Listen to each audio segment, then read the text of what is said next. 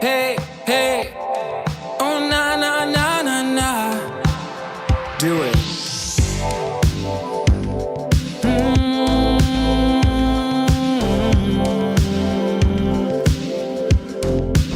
Well, all right now.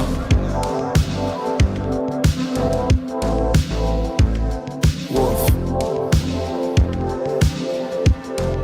I know that you're unhappy. You're a light stuck in a shadow. Busy being too damn aggro. Do you really care if they all know? There's so much happening.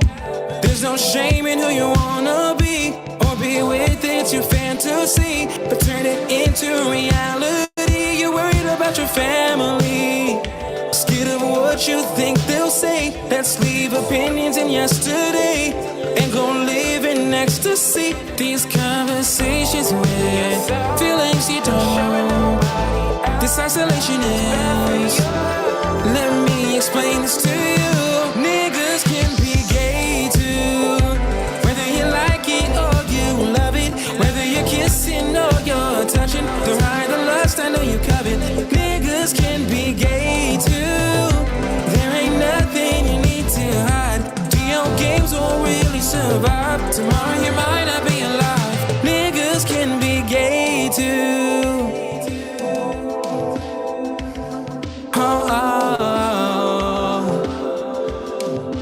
Niggas can be gay too.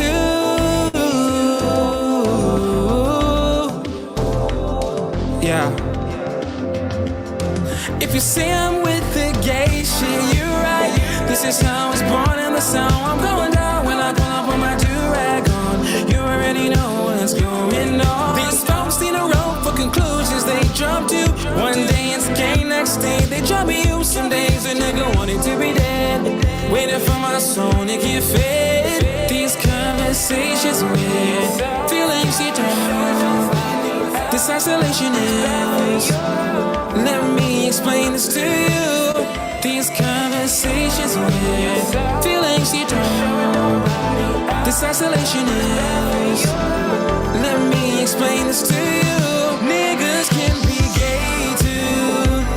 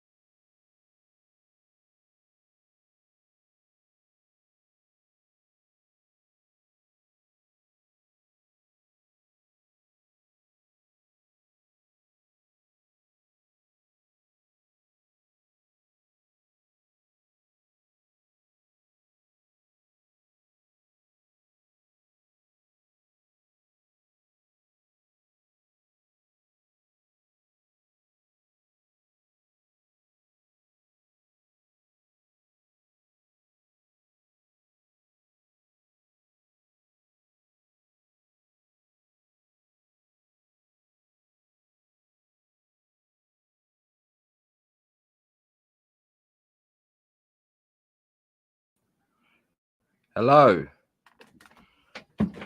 Sorry about that. Is that? I'll just got to make sure. 1 second.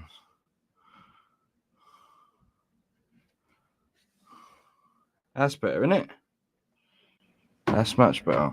Hello, yeah, sorry about that. I couldn't have that. It was like 144. I had to reset the internet. Hello, Alan. Hello, mate. What does that mean, the voice in Jim's head? Well, I was going to say Jim's conscience, but I didn't know how to spell conscience. Oh, yes, you went with the easy spelling. Yeah, I want to share something quickly. Got people in the comment section talking bits and bobs about what we was talking about the other day. I just want to What go was the through talk these. about the other day? Remind me. Well, people was trying to suggest that you go to prison for not paying your tax, and about how some sort of criminal offence when it's not actually criminal offence, it's civil offence. But All right, anyway, yeah.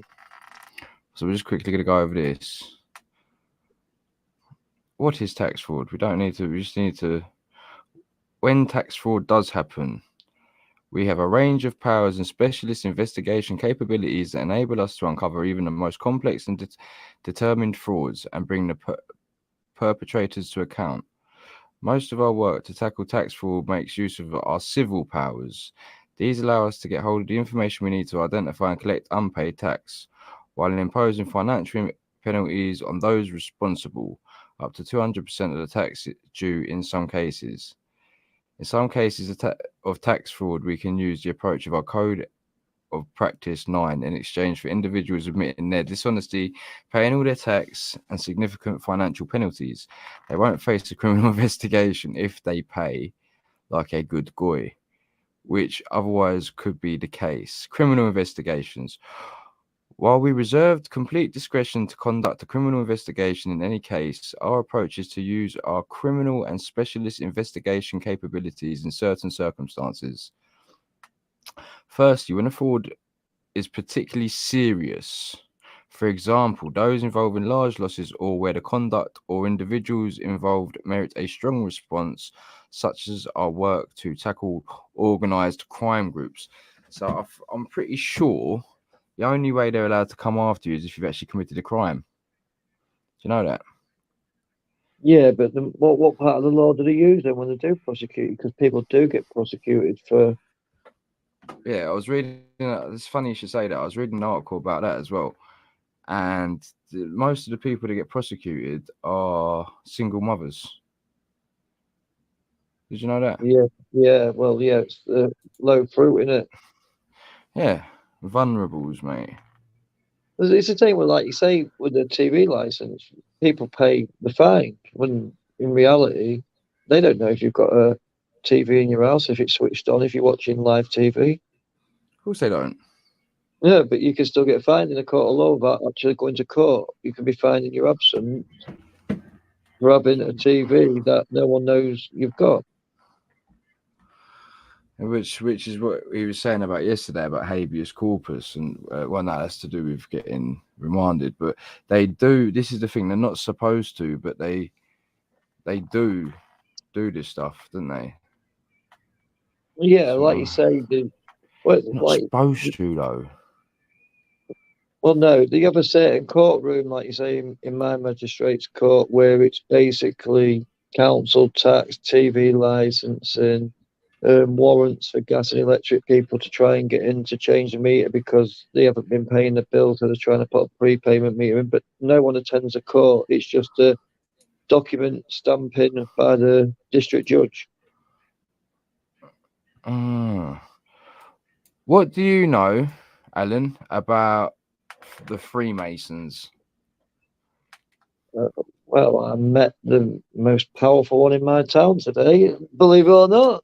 No, that was a free man. All right then, dickhead, blow my trumpet again. Well, there's a difference, and you was the one that rang me up and told me there's told me there's a difference. Well, yeah, but if you're asking me to remember what I told you, then that was like 12 hours ago. Sorry, I should have thought about that. So, can you remember what I told you? Who, me? Yeah. Well, yeah, obviously. I've done a little research. I've literally just deleted all the tabs to that, but I literally done a little look into the Grimsby, what was it? Oh, how was Freeman. it worded? No, but there was something embroidered or not embroidered, enrolled or something or other. There's some sort of word Oh yeah, the before it. enrolled Freeman of Grimsby or something, wasn't it? That was right. That was it. Right, let's have a little, see if this makes any sense. Human sacrifice as a rite of initiation, which is the ultimate goal of this unholy hierarchy. And virtually every occult order has Masonic roots, and that every rite of the Nazis' Black Order employed Masonic principles. Both Satanism and Masonic rituals involve. So does that, I think that means Nazisms and Masonisms is the same thing. No. According to this fella. Yeah, let's just listen to it, see what he says anyway. The coffin. I should have listened to it first, you know, really. And the death's head. Anton LaVey wrote that the Masonic rituals serve as a screening process for organized Satanism. Freemasons can also be seen making the 666 hand gesture. This bit's actually true though, because we actually went to the Grand Lodge in Holborn. Yeah, but you're talking about Freemasons now. We're talking about free men. Are we? Yeah, the enrolled Freeman of Grimsby, not Freemasons. I know we briefly spoke about the free man from Grimsby, but the title of the stream's called Fabians and Masons. I don't fucking know. I just clicked on the StreamYard link, you dickhead. Oh, there you go. Well, you got me at the last minute, didn't you, you wanker? Sorry. No, you're all right. Well, anyway, back to exposing the Masons. Sure. Go on, yeah. I'm a Christian, sir. This is very interesting. I've seen this before. Listen to this. This geezer's a Shriner. Yeah, I think that's like there's a lot of different groups and their secret societies. But I've got a thing to say about that as well. Like, really and truly, can you trust a secret society? Like, No, if you look at, no, you can't exactly. I don't even need to get into it. But listen to what he says. This is mental. Pure and virtuous and wholesome and innocent. How can you say anything about me? Sir, you need to be born again. I am born again. Now, did you just say that you are Lucifer? I am Lucifer. Okay, define Lucifer for me. Pure, virtuous, wholesome, innocent individual that's out to help people. Lucifer is? Yeah. Say that again. Lucifer is a pure, holy, virtuous. Now, is he the Lucifer that God created? That's the same one. At the highest level of the so-called Illuminati is a perverted sex cult, which is why high-level Mason Walt Disney not only saturated his films with Masonic hand gestures and 666, but also added subliminal images with hidden sexuality.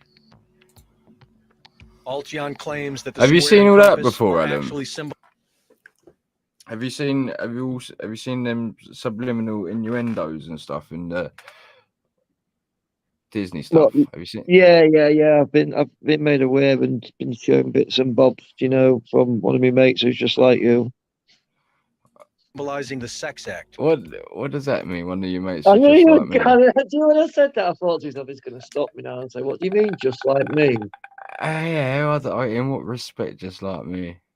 In down the rabbit hole when you go deep down. Yes. All right. Okay. I'll let you have that. Spread open.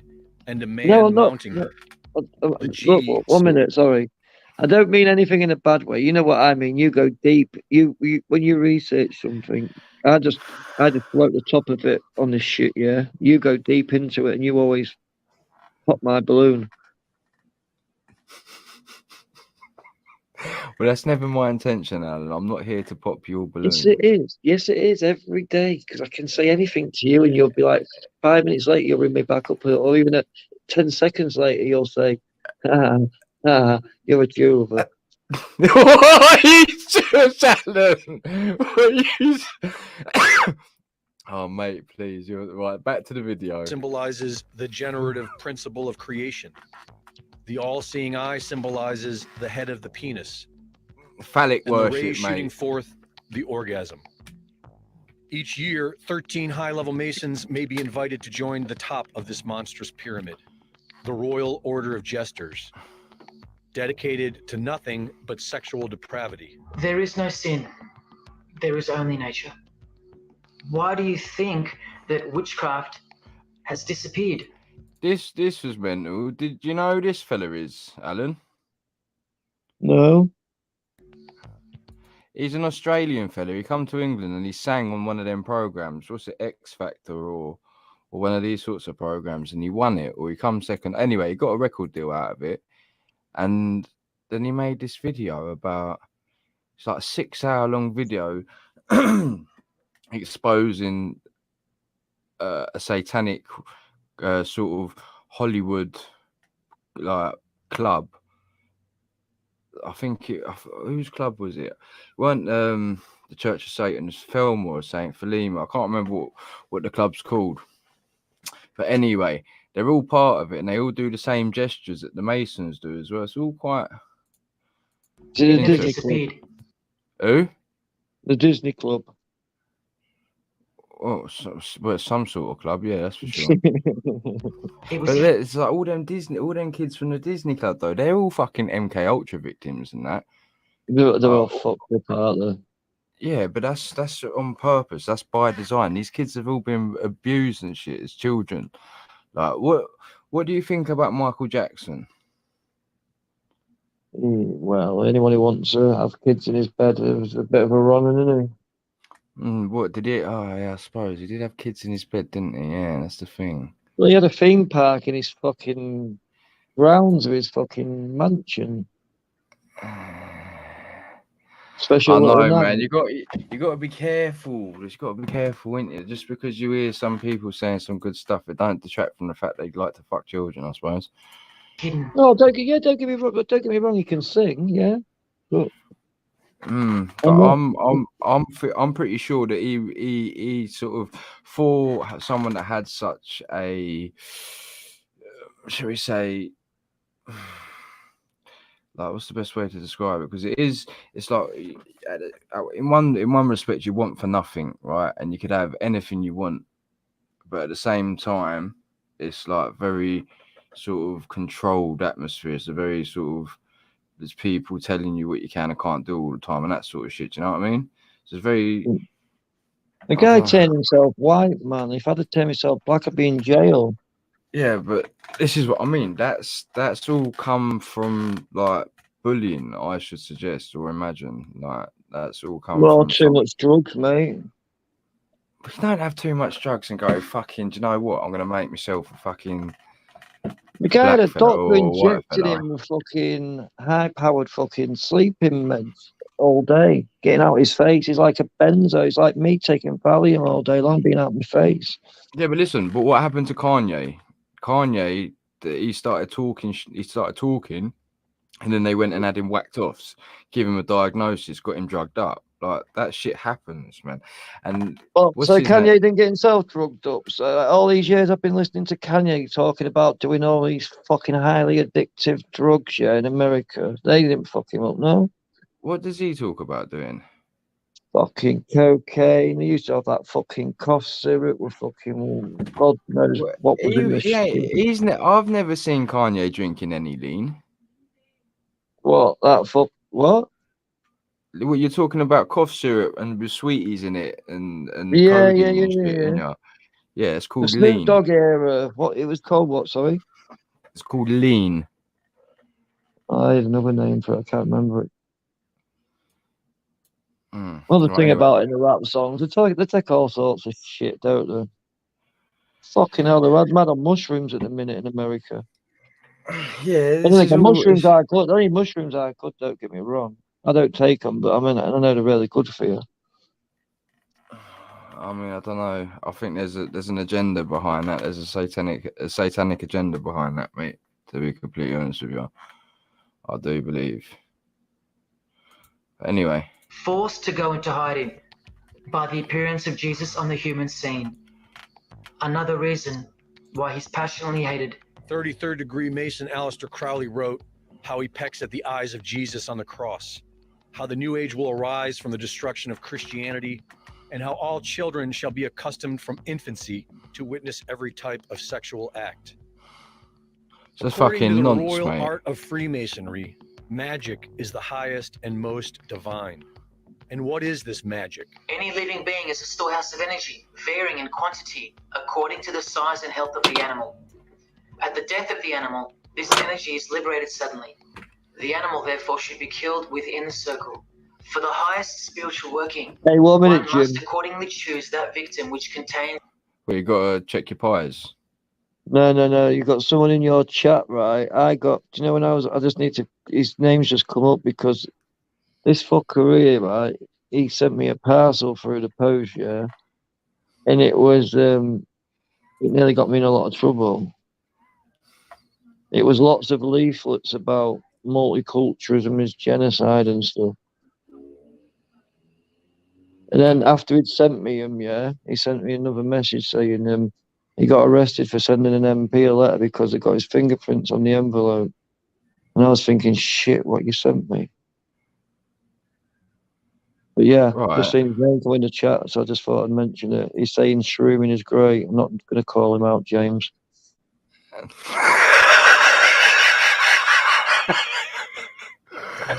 Oh, yeah. Right, okay. Thanks for that, Alan. Is the greatest James. and purest force, peeking out of the ocean top, including most of its members. At least 75%, 80. And unless you're a member of this religion and this secret society, as they call it, you won't be granted access to the world stage or of a position of influence. It's become a prerequisite for success now. Now that they've gained pretty much full control and their members own every place of prominence and power. So brace yourself for the truth that has been hiding in plain sight every day of your life, and for the mind-blowing, out-of-this-world climax to this video. Now look at this. There's a few different ways they display their allegiance. Have you seen all this before, Alan? No, mate, I don't go I don't too do it. deep, mate.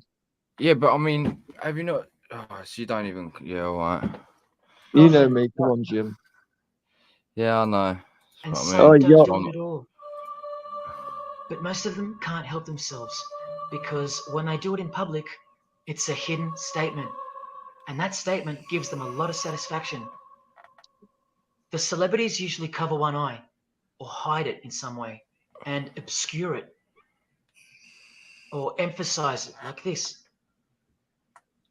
Or they close one eye, Jim, or peek through it. Yo, do you think they just do this for publicity and to fuck about with a conspiracy theorist head, i.e. you? do you think? Right. So in Kabbalah, there's something called the revelation of the method. So that means in order for them to do all the shit that they're doing, they have to put it into the ether, put it out into the public and that, and let people know what they're up to. So I would suggest that it's not to fuck with people's heads. It's like they're so emboldened and they feel so untouchable. It's like, what's it called? It's to mock, I believe, anyway. Yeah, I mean, I don't know. You think there's a conspiracy to just It's like do trolling, people... isn't it? It's like trolling. Yeah. It's like trolling the conspiracy Yeah, theorists. I'm a troll, so I would do shit like that, me personally. Right, so what about... Bruv, do you know what it is? You see so much shit over a certain amount of time and it's just beyond the reasonable doubt. And for me to try and go, like, for instance, have you seen that interview with not Sandra Bullock, who's that other one? It's Ellen DeGeneres and who is the one? Do you remember the film where the FBI agent, the woman, had to pretend to be what's it called? Sandra Bullock. Is that her? Is that Sandra Bullock? Yeah, I think so. Yeah. I'll say it's her anyway. She's talking to Ellen DeGeneres and she's Oh, it could talking be about... Demi Moore. Yeah. No, it ain't Demi Moore. It definitely ain't Demi Moore. What was I going to say? So she's explaining to Ellen DeGeneres about this facial procedure where she's talking about the excretions of fluids coming from a piece of skin from a young person, and you can tell by the way she's talking about it, how awkward it is being spoken about. It's very much like I'm almost like I am certain. Like it's weird things as well. Because you hear about these sorts of people drinking blood and like kids' blood and all that sort of stuff, like for the adrenochrome. And then, so I've been into this for a long time, and that I've been into this like so-called conspiracy theories for a long time. And I remember years and years and years ago when storage wars was a thing. Do you remember storage wars? Fucking love storage wars, mate. I'm a and all that shit, yeah, right. There's yeah. do you remember I do all that. you remember the baldy fella Sean? Yeah, of course, yeah. I think it was on his one when he was still in America, before he come to England. Is when he's still in America, and they was doing, rather than doing lockups, they were selling stuff from The helicopters and that. They were selling stuff from the airport, yeah. Forgotten luggage. Yeah, the Forgotten helicopter, luggage. yeah. No, not helicopter. Right, you got to listen to me. I'm being long-winded, but you got to listen. We will get there in the end. Right. So he's selling stuff. He's got a couple of high-end Louis Vuitton bags, yeah, and they get sold and they get opened. And in these Louis Vuitton bags are something like 8 Krugerrands or something, like 8-ounce sovereigns, like gold coins and that, yeah. Yeah, it's all fake though, isn't it? They put there on purpose No. by the TV company. What? So you reckon that's just a psyop and a psyop and a psyop then? Because what? No, that's just to sell the That's just to sell the program, isn't it? No, but you didn't let me finish. It was next to fucking blood. They was like transporting the blood with it as well. Like, I don't Yeah, but know. they've just put the good items in a shit lockup, haven't they? What? Right. Well, no, because the lockup was a Louis Vuitton bag, like a real looking Louis Vuitton bag. Yeah, And in with loads of blood and shit. But the point is, these rich people drink blood. See what I'm saying? yeah. You've fucking. But you're laughing again. What? You see the bit of blood in a fucking container, the Louis Vuitton bag, and thought rich people. Oh look, 9-ounce gold bars inside a Louis Vuitton bag. So you're getting it wrong. It's not 9-ounce gold bars. They're 1-ounce Krugerrands. Yeah. So that's you're not listening. Yeah, I know what you mean. Yeah, the South African ones. Yeah. Right. So, but the point is, it's the rich people. That's what they're doing. They're moving around gold and blood. Like, does the blood bit not seem strange? Yeah, but it's American, and you've got to remember, they try and base it on what they believe is true. Do you know what's going on in the elite? Bro, I thought, like you're saying, I thought like that shit was fake. I thought that the way that they go to the lockups, and I thought that, you know what I mean? It was all a schneid. I thought that, yeah. And then I see that one at the airport, and I seen the blood and the Krugerrands, and I was sitting there scratching my nut, mate. I don't know, mate. I don't know. I think there's some truth to it. But then again, it might be what you're saying. It might be a psyop and a psyop and a psyop. It may be the deep state just trolling the fucking. You know what I mean? Yeah, well, I have got an earth witch telling me to listen to you, so you might be right. You got an earth witch listening to telling me to shut up and listen to you, basically. So you must be saying something right. I don't know. Right. All right. Well, let's carry on watching the video then. Anyway. Through this hand gesture, all to highlight one single eye. It's called the all-seeing eye. Other times they'll just display. The reason they do that is because they worship Egyptian god, a one-eyed Egyptian god, the eye of, was it eye of Horus, eye of Ra? I can't remember. I get confused. One of them, in one of the stories, one of the Egyptian god things fucks his mother, yeah, and then gets chopped up into bits, And oh mate, it's a mad old fucking story. Zachariah Stitchin tells a good story. So wait about one minute. Well, you say Egyptian gods, yeah. So do you believe? How do you believe the pyramids got built? Do you believe that they was man built by Egyptians? What is the argument going to be? Because you can do that. Like I've seen people move heavy stuff with just a piece of wood. Like it's all about pivots and like, do you know what I If mean? you work it out, the amount of bricks that it took to build it, the size of the bricks, the weight of the bricks, The weight of the bricks, would have took thousands of years to build. thousands of years. So what are you suggesting then? So bollocks, and there's the aliens. There's a different fucking shit going on.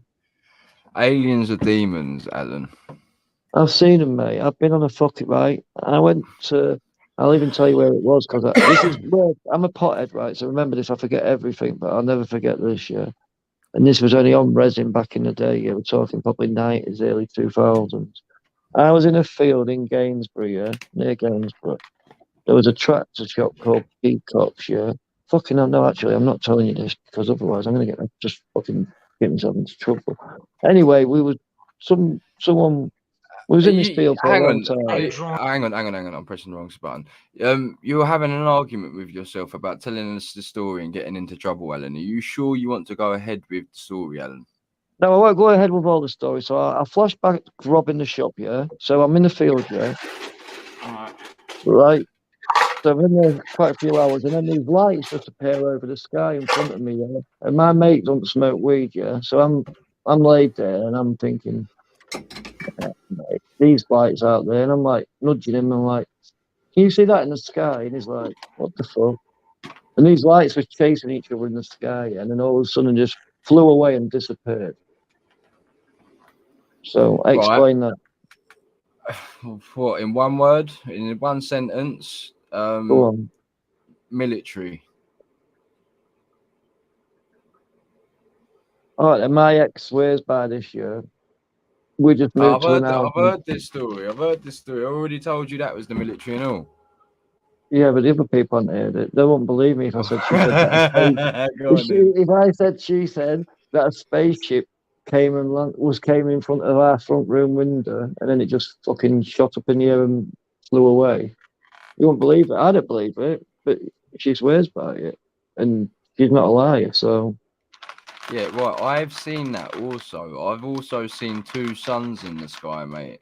What do you reckon about that? That's more weird than fucking flying saucers. I'm saying the technology, yeah, is so advanced you can't get your nut around it, mate. So this is where we're at. For instance, let's just go completely off topic for a second. For instance, like why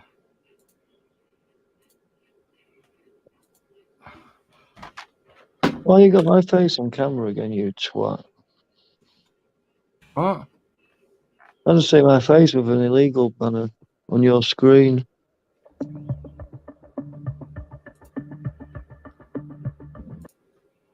This is where we're at. Like this is just stuff that they're showing you that they've got, right? Imagine that. This is what they're showing you they've got. Like you can think about things like the Philadelphia experiment as well, and that'll fucking then you can start thinking about where technology's at. That was like 60 fucking years ago. When there was I've seen all this. Yeah, right. But this is the point. This is what they'll show you. Like, do you remember being a child and seeing that film about a fucking jetpack? Like it was an animated film. Can't remember what it was called. Yeah, I know what you mean. Yeah. Did you think like in your lifetime they would have designed all this sort of shit and made all this? It's like Buzz Lightyear, isn't it? To infinity and beyond. It's mad shit, isn't it? Yeah, okay, well, I don't know. I believe Back to the Future. I thought it was going to have thingy skateboards that floated in the sky. Do you know what I mean? Yeah, I've got one. Fuck off. I got one of them years ago. They got wheels on you, dickhead. Yeah, that's what I'm saying. What do you mean it's hovering, bruv? It's not fucking hovering. I've nearly fucking killed myself on them many times. Yeah, they ain't the safest of devices, I don't reckon. No, I went and got the go-kart bit for mine to make it safer. All right. Anyway, so basically, let's get back to this. So I want. Sorry, mate. Are you all right? I do like an old conspiracy video though. On eye somewhere, or a tattoo of it. The other method they use is what's commonly known as the hidden hand. Here, for example, River Phoenix is doing both the hidden hand and the all-seeing eye, so you can see the direct connection between the two. But in the political world, usually it's done with the hidden hand. And of course, this. That's a secret handshake for the members of the secret one-eyed religion. We'll start with Scott Morrison here, hidden in plain sight as usual, for everyone to not see. I can't be listening to this fucking crank. Yeah, I mean, I don't believe in conspiracy theories, but honestly, she definitely drinks fucking kids' blood. Right, but this is what I'm saying. Like, do you mean that in all sincerity? Yeah, she's fucked up. What? So, what's any different about the rest of them then? Some of them are. You got to remember, some of them aren't chosen. So some of them are like from small towns like mine. So like, you look at my MP, you can't say all MPs are fucking cocksuckers, fucking blood-sucking, kiddie fucking fiddling cunts, because my MP's local businesswoman from my town. I know her. I don't know her, but I do now. And I met her and I spoke to her, and she's like us.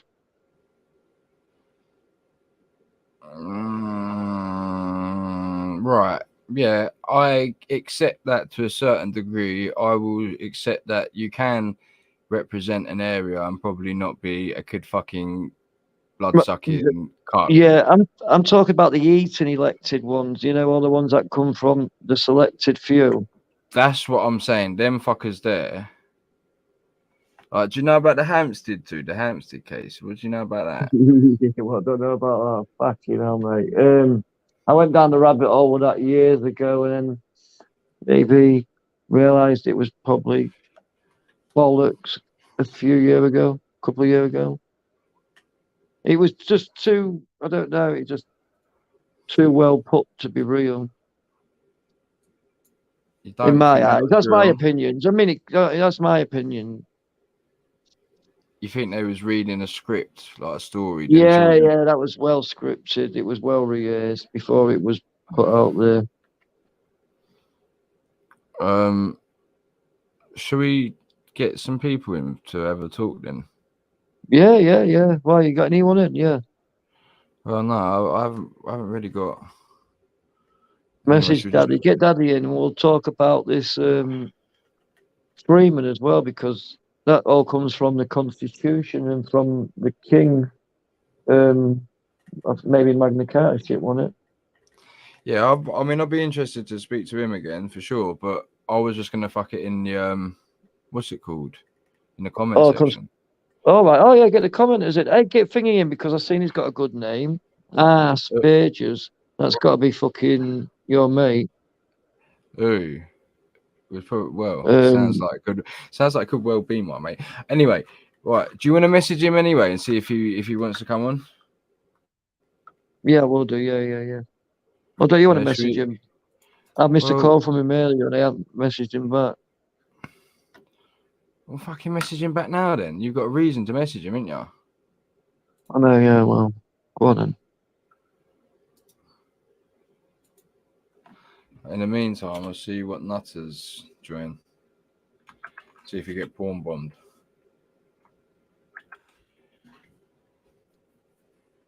We'll have some, some varying opinions. Probably not from this chat, to be fair.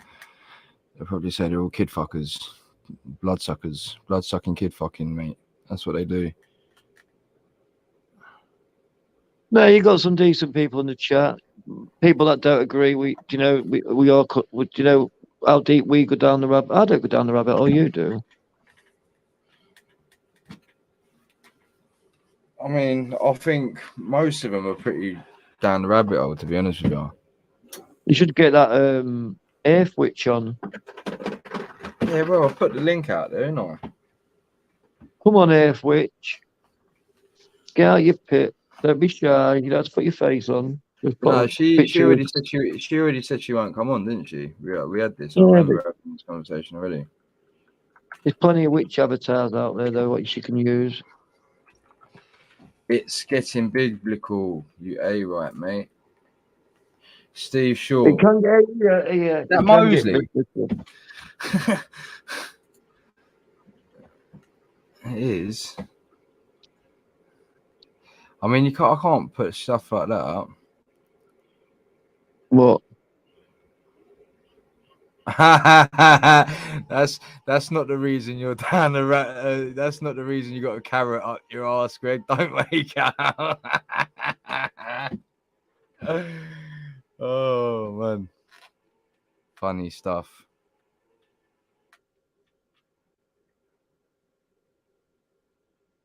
Come on, 5T3, get your ass in here. He's always.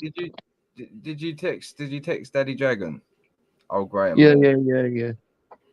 Has he got blue ticks? None of you's lot have got blue ticks. How comes? This is a strange phenomenon that I've picked up on since like speaking to all these people on the internet. Like when you get their phone numbers, they don't get no blue ticks, mate. What do you mean blue ticks? On your WhatsApp. Oh, I've only just found out how you can make yourself disappear. Oh, it's very sneaky though, isn't it? No, is it fuck right? Because do you know how many messages I get a fucking day on WhatsApp and people fucking trying to call me?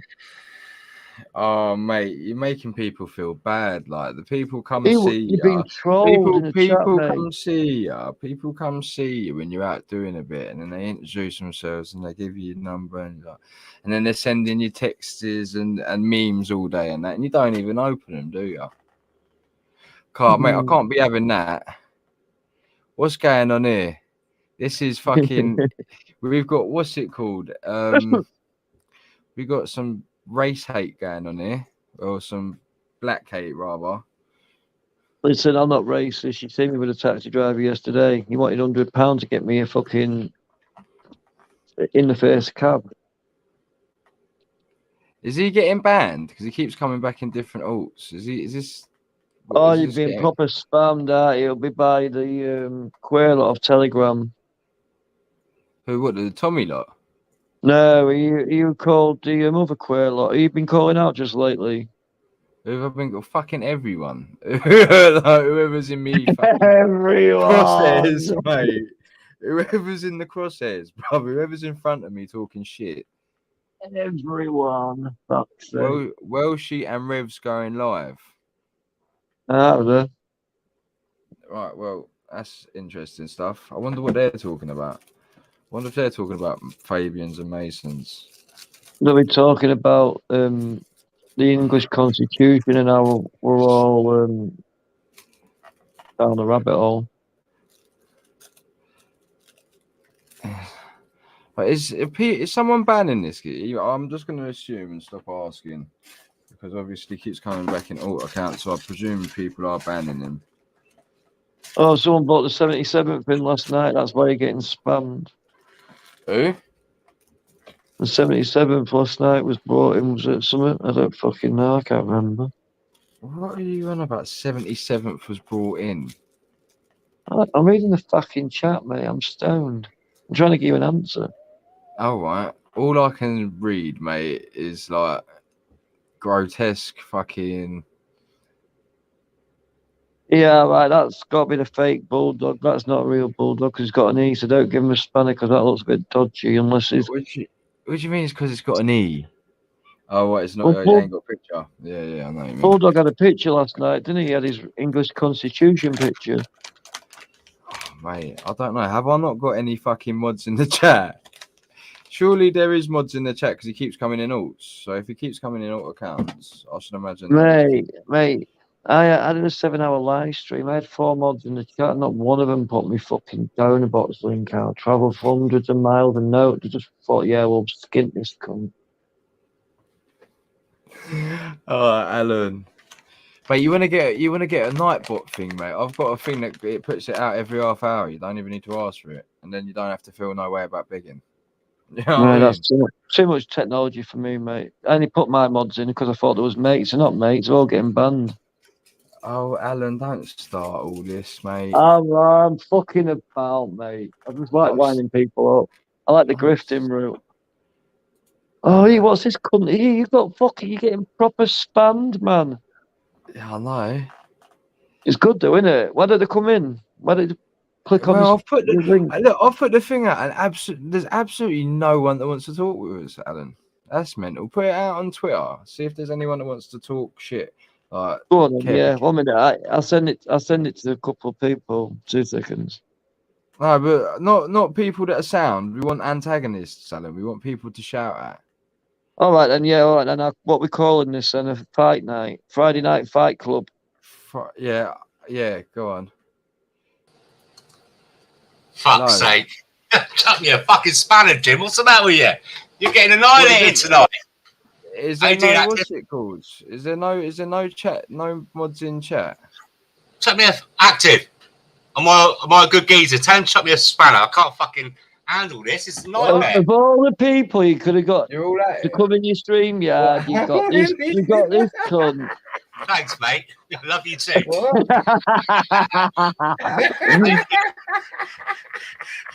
Fuck's sake. Fucking hell. Look at why are you getting hit so much tonight, Jim? Stop it. It's near. You're going to get taken off the air, mate. It's not funny. Yeah, but I know. But to be fair, though, it's look at how they're spelling it. They're either fucking dyslexic. Make him a spanner. Make God bless a spanner, mate. And make I've LRF a spanner. got spanners, and Yorkshire mate. Rose. And Yorkshire Rose, if she'd like to. The English Fuck Bulldog. Yorkshire Rose can't even fucking drive around their own town without getting lost. Fucking don't give her a spanner. Fucking hell. Come on, give her some love. She'll read it. Don't give Amanda some love. When she gets me to the train station on time, maybe. Is Amanda? Oh, I can only put her in a timeout. Yeah, that's not right. It's just on the fucking. Fucking hell, you're getting smashed. Hang on a minute, you spanned me. Hang on a minute, let's have a look. I'll fucking help. No, I've given one to Yorkshire Rose because I know her. Yeah. And she's good stuff, mate. She looks after Alan, rather. Right. Have you put this link out, Alan, to get some? Oh shit! No, yeah, because God bless jumped in, so I forgot to do it. 1 minute. Yeah, we've got 6 spaces, mate. Yeah. Yeah. Friday night fight club. Yeah, Friday.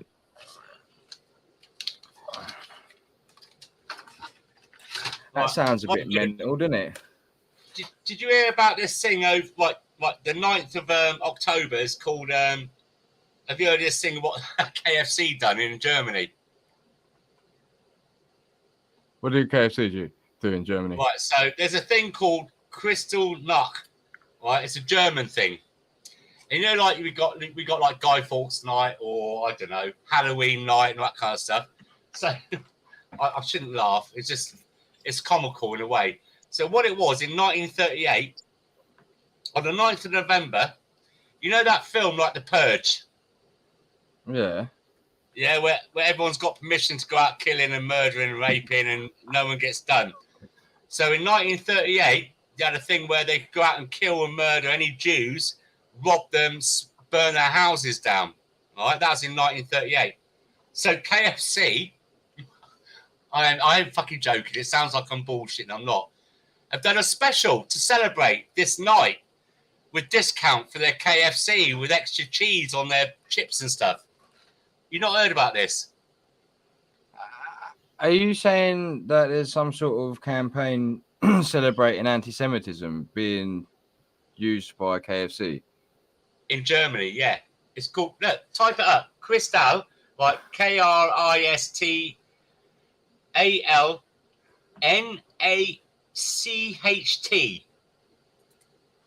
It was like a purge on the Jews on the 9th of November, 1938, where they got permission to go out. Kristallnacht, right? So KRISTALL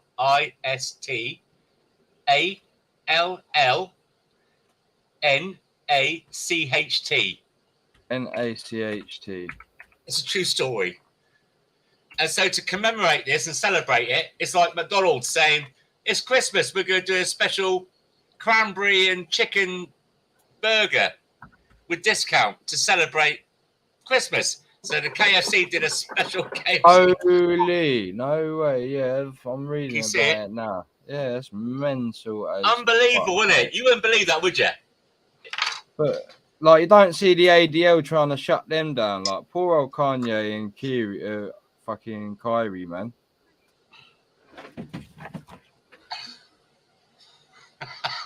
What? Kept that one quiet, didn't they? In the news. Who's timing them out? All right. So can the moderators hide the spammers from the channel, please, rather than timing them out? Told you, you give her a Spanish, you don't know what to do. Told you, didn't I? Told you, mate. See, look, Told you've had you. good advice from Active. I'd have helped you out. Oh, Well, boys. Amanda doesn't know how to hide people. She's just tying them out, hasn't she? Obviously, because she's the No, what are you blaming it on average Amanda? blonde. Why are you blaming it on Amanda? I didn't fucking say Because Amanda. no one else has done anything wrong, so you Jesus, just give what do you Amanda a mean? What do you spanner. mean? Don't talking absolute Yorkshire Rose, nonsense. just block them. Don't time them out because they come back in 300 seconds. See, look, am I timing them out or reporting? She hasn't got a fucking clue. She's You're a a cunt, typical Alan. blonde. You're I'm not a cunt. cunt. I'm not a cunt. Oh, for fuck's sake. Look. Average Jim, Zionist. cut me a fucking spanner, for fuck's What's sake. he say? It's getting Average done. It's Zionist. getting done. Kill Don't what? worry What was about that? it. Average Wow. Zionist kill. What was that? What was what? What are you reading? Hey, hidden right a chip mullet. I missed it. What did he say? Something about N. It began with NIG. Yeah, they're doing. They're not actually spelling it correctly. Nil. What they say? God bless. What they actually saying then? They're saying nil. N-I-L-L. No, Kiggers. K-I. what does it sound like? Well, you know what? I'm not gonna say it. Neil Kiggers, it says. Neil Kiggers. Kiggers can be gay. Kiggers can be gay. You are allowed to say the word if you're not saying it in a derogatory manner, because you know that song, that actual song, you can say what that words are. I'm not trying to get you to say it, but I mean you can No, if you want I to. don't. No. Anyway, Jim. Yes, mate. I need to go to the toilet. Oh, do you want me to take over for a minute? Don't porn bomb us, Jim. Why would I porn bomb you on my own channel, you fucking maniac? Right. Someone explain to us in the chat what 7-7 is, because they're the ones that are doing this, and I ain't got a clue because, like, I thought 7 was a lucky number. Well, you got things like 8-8, you got 14. I think 7-7's. That was a bomber, wasn't it? Shoe bomber. Yeah, 7-7, I suppose. Yeah, I suppose so. I don't know. It's hard to keep up with all this fucking young and stuff these days.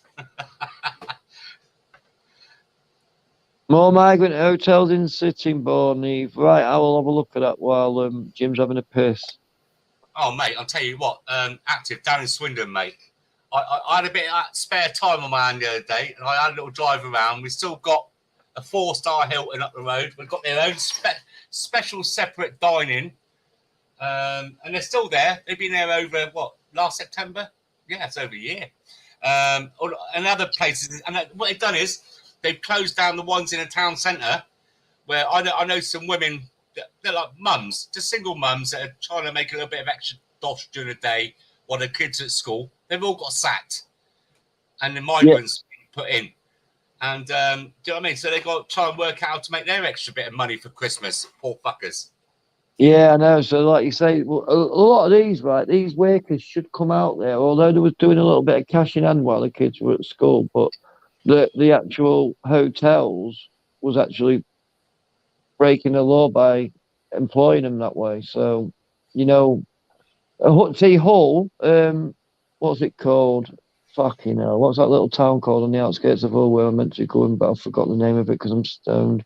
They've just lost a court appeal, haven't they, about not housing migrants there, so it's going to take migrants. Everyone's losing the court appeals. So now the judges have been told maybe by some kind of higher power not to grant injunctions. Well, the thing is, in Swindon here, where they've now done the town centre travel lodges and all that shit, they were all right by the nightlife, the nightclubs. So you got these young girls, or these girls coming out, had a few drinks and that, walking, to get a taxi. Oh, fucking mate. Do you understand what I'm coming with? So, you got these fuckers loitering around. I tell you what, there's one of them. I pulled up outside, and they're all out there in their flip flops, smoking weed. All right, yeah, I don't care about that. Flip flops. Yeah, and a little bottles of spirits.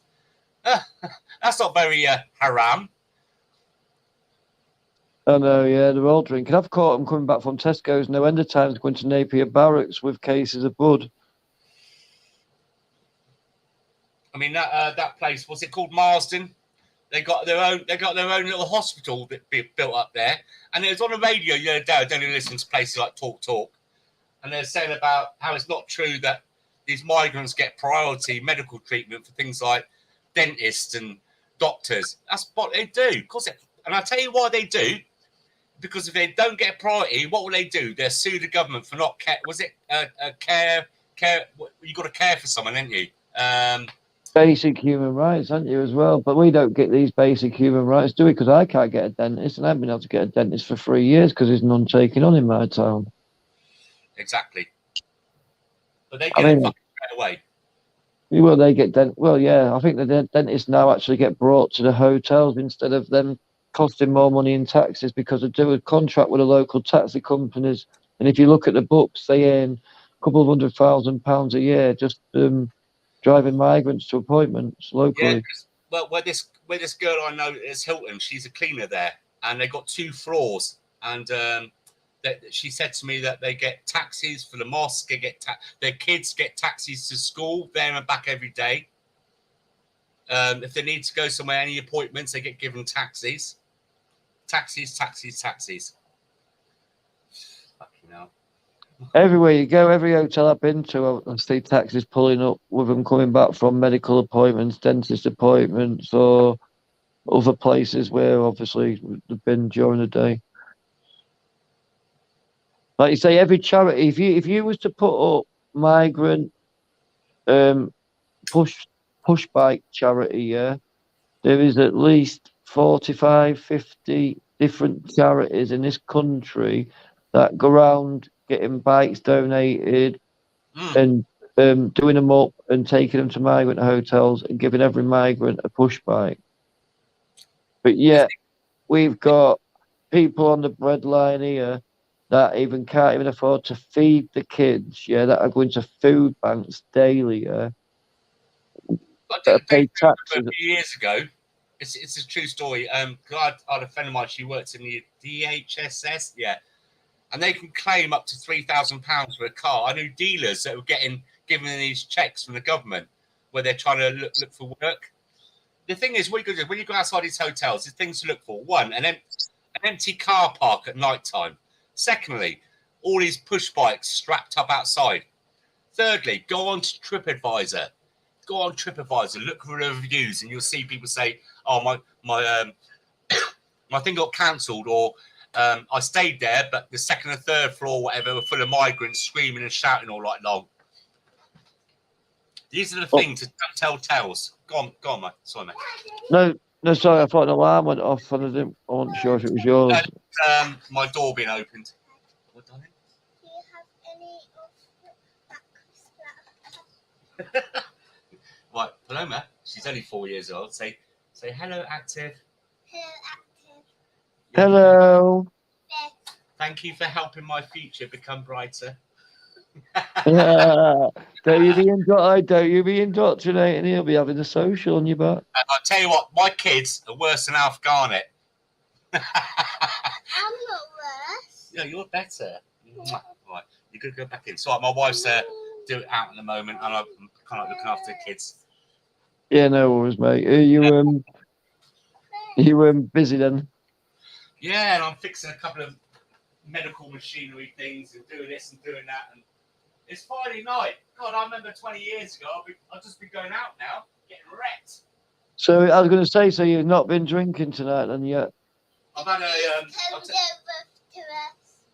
tell you what, I don't know what happened, but yesterday, because it was supposed to be a bargain, I bought a bottle of that. What's it called? Vodka? Baileys. So I'm having a couple of Baileys just to wind down a little bit. Oh, I can't get drunk though. I look after the kids. Little fuckers. Love them though. So, how's your boy getting on? Did he pass his army thing? No, yeah, he's still not done it yet. I'm not sure if it's after Christmas. I'm just getting him prepared for it. I'm not sure when his test is. I think he's got to do his bleep test, send his results in, ready for summer after Christmas. But there's no rush. I'm just trying to get him into it slowly. But I haven't been able to do it for the last couple of weeks because my hip come out of place, or I've done some bad sciatica with where my hip is. So I'm in agony. You got sciatica? Oh, I got something really bad. All I did was push a pit bike to the field, and it fucked my back up. Oh mate, I'll tell you, I get sciatica not once in a while. I could be like walking through town, and I just turn around or I'm putting the car in reverse, and suddenly it clicks. It's horrible, isn't it? It goes all down your legs and all that kind of stuff. Yeah, God, yeah. Anyway, what's the chat saying? Because I keep seeing something flicking up on the chat saying 10-minute fucking something and 10-minute else. Since this is a based channel, let's talk about what gets on your tits the most as a fucking human being. Your lack of ability to make a difference when you vote, or the idiots around you that won't listen. Now, one, for the lack of ability with voting skills, or two, for the very fact that you just can't get through to the fucking idiots around you. Let's have some input. Yeah, I've put my yeah. It was one. Definitely. One was the lack of voting ability, and it makes no fucking difference. And two was the fact that you can't get through to the planks of wood around you. It is frustrating that I can't get through to people. Right, I'm getting a 2 basis here. Yes. It is the most frustrating part about it is with the family, the whole family taking it, like Welsh said. There's fuck all we can do about it, really, and they're telling me to take it, and I say, no, don't push So, since you're watching Welshie stuff, right, would you like Welshie to do a little bit more like this, right? Would you like Welshie to have a computer and actually take down scores and stuff like that? The reason I'm asking is because I'm pushing Welshie. Trust me, this is going to end up happening. Right, Mike, closer. I rebel. This is going to end up happening. I'm going to fucking murder it. In the next couple of weeks, it's 100% going to happen. What it is Based can do so much more and reach so much more if we can just get. Oh, this is brilliant! Rev's blatantly calling Welshie lazy bum. In front of you. Oh, we agree. Yeah. Right. Yeah. And Based. He is though. Right.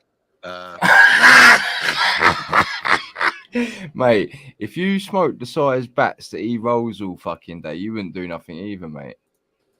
To be honest, right, the autism thing doesn't like change, does it? No. Right. Well, I'm not. I'm officially. Shut up! I'm For fuck's sake, don't bother me. I'm right? officially not autistic, but according to Red, you're dripping with autism. I get it. I get it. I could be somewhere on that I love spectrum. you dearly. I love you dearly, and I want to fix your problem. I get it. I'm somewhere. Right. Good. I'm somewhere. Now here's the thing, right? I want right, because if you. Alan keeps popping in and out because he's obviously got a fucking weird connection. Yeah. Now, the thing is with Based, right, is he's got all this fucking ability to talk and everything else. But what it is, when his mic gets, and I'm literally talking to you on a fucking Play-Doh mic here, right? But when you can't hear him or you can't see him, it's frustrating for you, right? More to the point, he'd like to do more in-depth. I mean, if you could do a lovely documentary where you've got all the video evidence, right? Rev, I'll tell you what I'd like to do. I'd like to do 5-10-minute videos on a daily. That way. Right. Okay, but I'm talking to you. No. This is the skills, right? Yeah, you're talking to that, and I'm talking. I know they're live. No, but here's the thing. You see that there, right? Yeah, right? No, seriously, right? This is the lesson. When you talk to that, I talk to that, which means I'm talking to you. Right. So talk to He's so awkward, isn't he? camera. I'm talking Chat back well. to the 5 10-minute videos a day. Mate, that's gone from Okay, lazy I- bum to absolutely extremely enthusiastic work ethic, mate. Isn't it? But the Welsh, you'd be lucky to get 1 10-minute video out of him a week. Yeah, but it's quality, not quantity. Oh, it's this to do. Well, I- quantity, Rev- what? Playing with his dog's balls? Gavin says, red fucking fed. Yeah, of course I'm a fed, mate. Yeah. You're a fed. And I'm just buying. Where's my money? And I'm just buying taff, ain't I? He's buying me a Chinese. Yeah, I when do we get That's all it takes. I fucking won the cunt with a fucking Papa Dom, innit? You fucking All right, that's enough of that. That's fucking old Welshie spurging out, mate. He looks awfully autistic today. He did. He looked like he was. On the grift, it's Friday night. We're pissed up. Give us your money. I mean, that's fucking people in glass houses, Alan. Well, I'm taking the piss. I'm having a laugh and a joke. Hello. So why? No, you're not. You're being serious, you fucking dick. Be nice, come on. He's a knob, isn't he? He always likes to fucking piss on my bonfire, little fucking prick. Oh, don't. Right, so back to the thing. What was we looking at? Fabians and Masons. I've lost my bit shoot. Yeah. The bit shoot was acting proper temperamental earlier. See if it's working now. Your fucking balls need to drop, boy. What? No. Why do you keep doing that thing on your channel where it keeps popping up on my other thing? I can't even comment because I'm not a subscriber. It's doing me fucking head in. Why am I not a subscriber on this fucking phone? A subscriber to what, Alan? Your channel. I was writing in your chat and now you blocked me from writing in your chat, you prick. How have I blocked you from writing in my It says chat? only channel subscribers of 10 minutes or longer can send messages.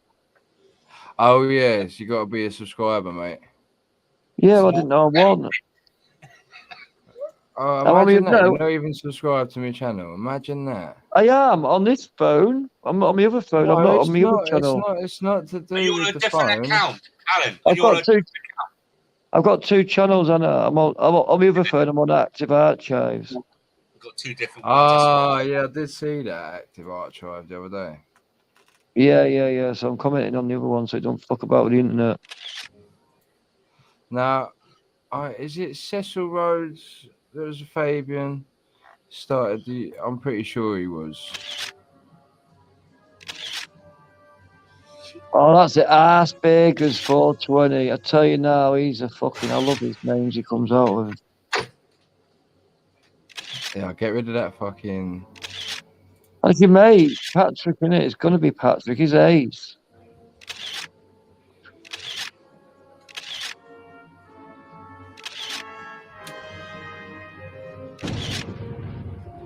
Play Alan meme.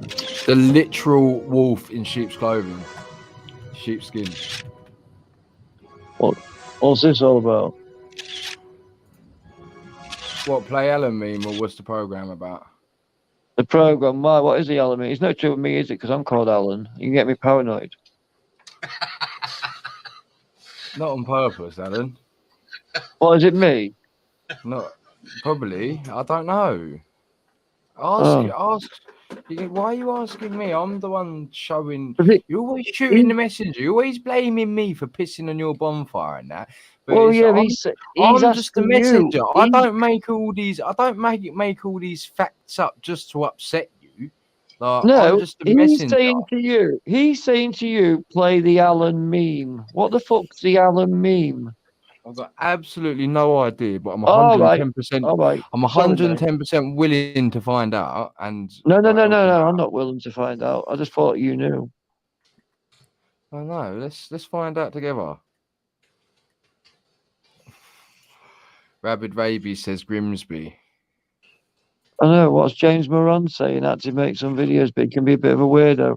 Say he's a cunt that sent me loads of fucking jailable fucking literature through the post, you fucking wanker. I nearly got fucking jail for that, you cunt. That was about 15 months ago, wasn't it? Something like that. I still got a book. They give me them back, even though they said it was illegal. They gave me them back 2 years later.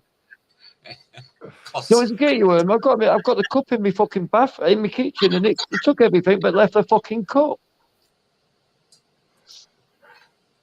Right. This is about Fabians, Alan. This is about why there's no left and right, because all these people are actually all fucking parts of secret societies. This is the thing. Before we get into this, this looks like it might divide be and all right. conquer. The divide and conquerors. Yeah, these all kiddie fuckers by the looks of it, by that picture. Who? I was going to show you. I've literally just forgotten. Fuck's sake. What are you talking about? The Fabians. Yeah, but no, I've moved on. I'd gone on in my head from there. I was gonna. It reminded me of something else, like a bit unrelated. Yeah. 3 more minutes so I can chat.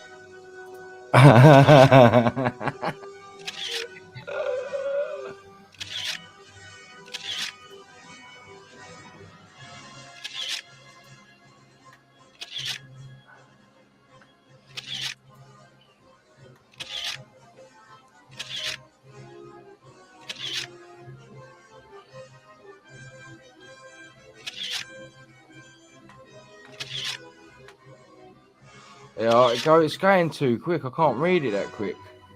Fuck's sake. Pause it. The doctrine of revolution. Yeah, but I wasn't on the right page. When you start fucking about with this, it fucks up. Of British intellectuals, the idea of revolution seemed wasteful of human resources. And so these people sought a subtler method through which they might implement socialism in England. During the course of one of their meetings, as they discussed this need for a subtle technique, one of their members, and we're not quite sure which one, told the group a story out of ancient history, and perhaps you remember this from your high school studies. The story of the Second Punic War, and specifically the challenge to the Roman Empire by the Carthaginians under the leadership of Hannibal. Remember Hannibal? He revolutionized warfare by coming across the Alps with elephants as his chief armament.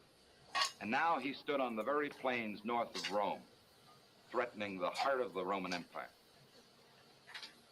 Rome was under the control, under the leadership of a man named Maximus Quintus Fabian. And one thing that might be said for Fabius, he was intelligent enough not to fight Hannibal on Hannibal's terms and on Hannibal's battleground. He recognized that if he led the Roman legions out onto the plains north of Rome and engaged Hannibal in a frontal attack, he'd probably be defeated. And so Fabius worked out a method of warfare revolutionary for his time. Rejecting the idea of frontal attack, he chose instead to fight Hannibal through indirection, gradualism, bits and pieces. And utilizing this method, he gave additional centuries to the Roman Empire. Now, as this group of British intellectuals told themselves this story, they excitedly saw the prospect of applying the Fabian method to their specific problem. And before this evening was over, they had formally organized themselves as the Fabian Society of London and agreed on the Fabian tactic as the method they would use to implement socialism in England. Now, this is not quite as simple as it sounds. What they proposed was to bring socialism by evolution rather than revolution. They proposed to go the legislative route. And the moment that you mention legislation, you're talking about control of an organization which can nominate and elect candidates to public office. Such an organization. So basically, what I'm getting from that, the Fabian strategy is to tie you down. Instead of having a full-on frontal attack and exposing themselves and leaving themselves weak by using all their energy, they wear you down and they tire you out and make you unable to like sustain the onslaught. by having little digs from behind and sideways digs. Like, for instance, all this stuff with COVID, the drag queen story hours, COVID, all of the fucking crises. Like, do you know what I mean? It's smoke just a and thing. mirrors. Smoke and mirrors. If it's to tire people out as well and make them feel like there's no open shit. Yeah, of course it is. Yeah. Absolutely spot on. I'm going to agree with Alan, you on that, Jim. What did you hear that? I did, yeah. It's just like you say, it's more fucking rabbit hole. But it's not. It's quite simple to understand that the rich people in power are all members of secret societies and sorts of society. Yeah, but the thing is, right, to become a member of these secret societies and these high up societies, you have to be a successful businessman or someone successful in your town. Or come from a bloodline. Well, yeah, all right. There's the easy route like that. Yeah, it's like getting a degree in it, taking a quick and easy way. All right. Anyway, Carl, No, what's no. that? I mean, I'm just saying. What are you just saying? Yeah. You like my thoughts because they're different to yours sometimes. 100%. I value them untold amounts, mate. Are very thankful to have them on board, so I can just ignore them. No, I'm joking. That was a joke. You ignore me all the time, you know. I don't ever ignore anyone, really, mate. To be completely honest with you, it's rude, isn't it, to ignore people? Anyway, back on with the Jeff. You reckon? What? What You did you saying reckon? before I press play? What? No. England and in the United States is called a political party. Political. They took a look at the political structure of Britain. Yeah, get Daddy in. And determined that there were What? two strong. Is he responded to you? He's going to come in. Go on, the witch. Get Daddy in. Oh, go on, Daddy. What's going on? You're talking to the witch. You're talking to Daddy. Who's speaking? I'm talking to the witch in the chat, saying she's chatting with Daddy. Do you want us to? That sounds so rude, man. That sounds so rude to just call her the witch like that. And she got like a witchy name.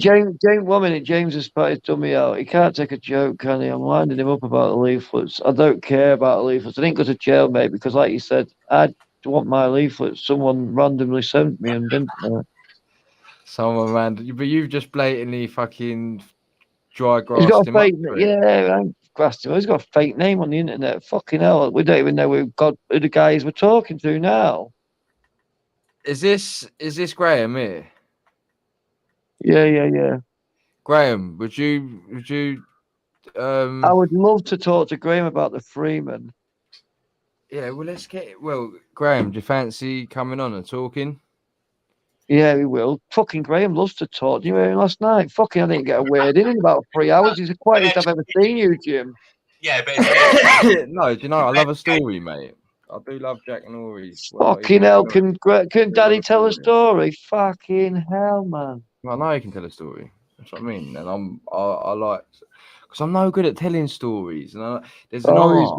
There's an art to telling it. It'd be 5 minutes or 5 minutes. Yeah, that's my cue to make a joint, man. Because like you say, make a joint. Oh, sure. You think I bring your stream down when I talk normal? What are you on about? I'm on about going to smoke my joint. Smoke my joint, you little weirdo. God bless. Yes, mate. You smoke weed. Hey, what?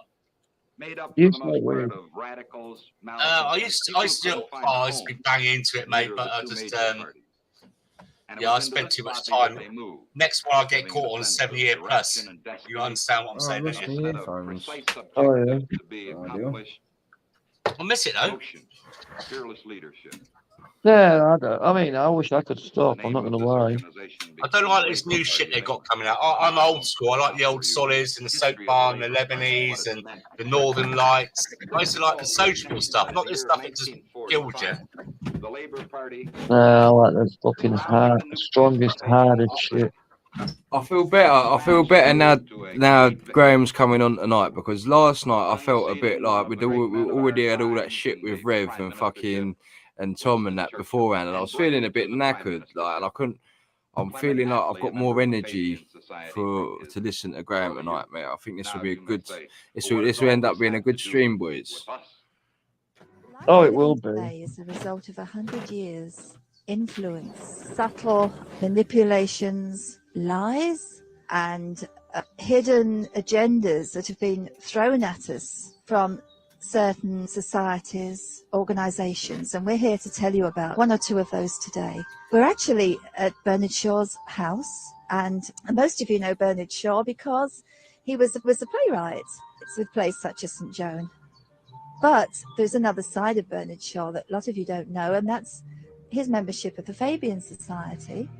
And we're here to tell you a little about that side of his life and who the Fabian Society represents. I just want to read you a little quote here. This from the British Catholic Family News.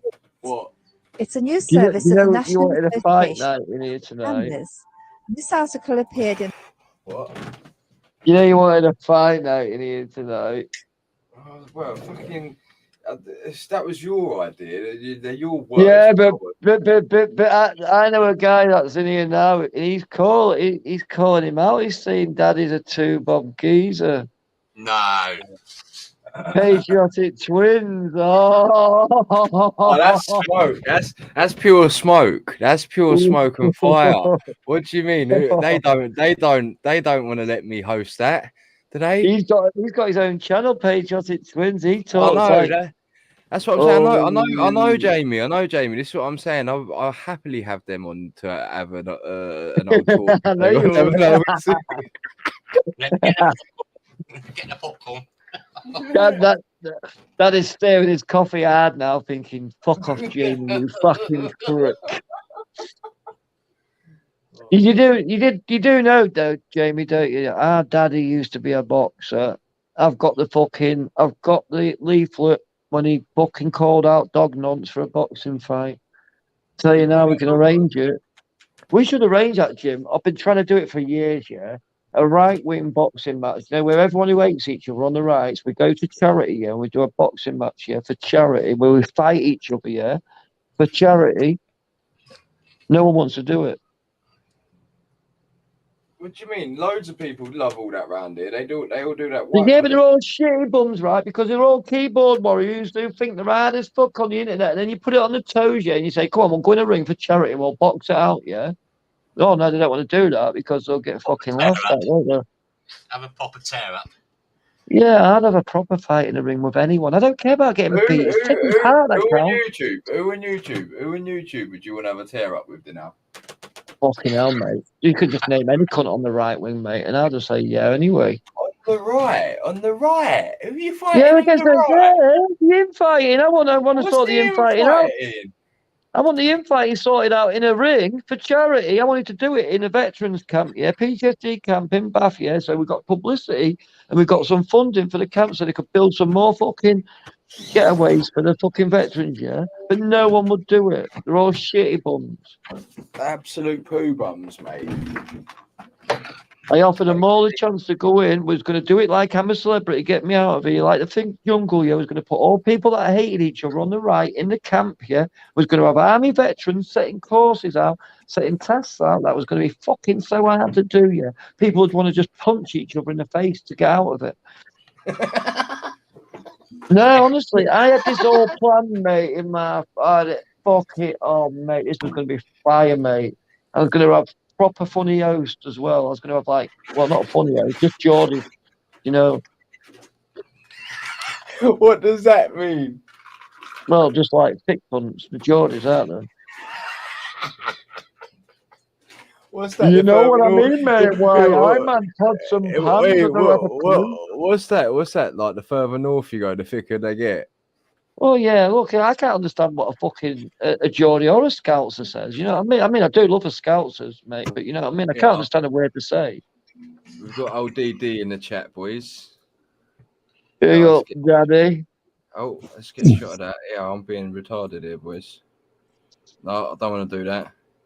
Graham, how you doing, mate? Hello.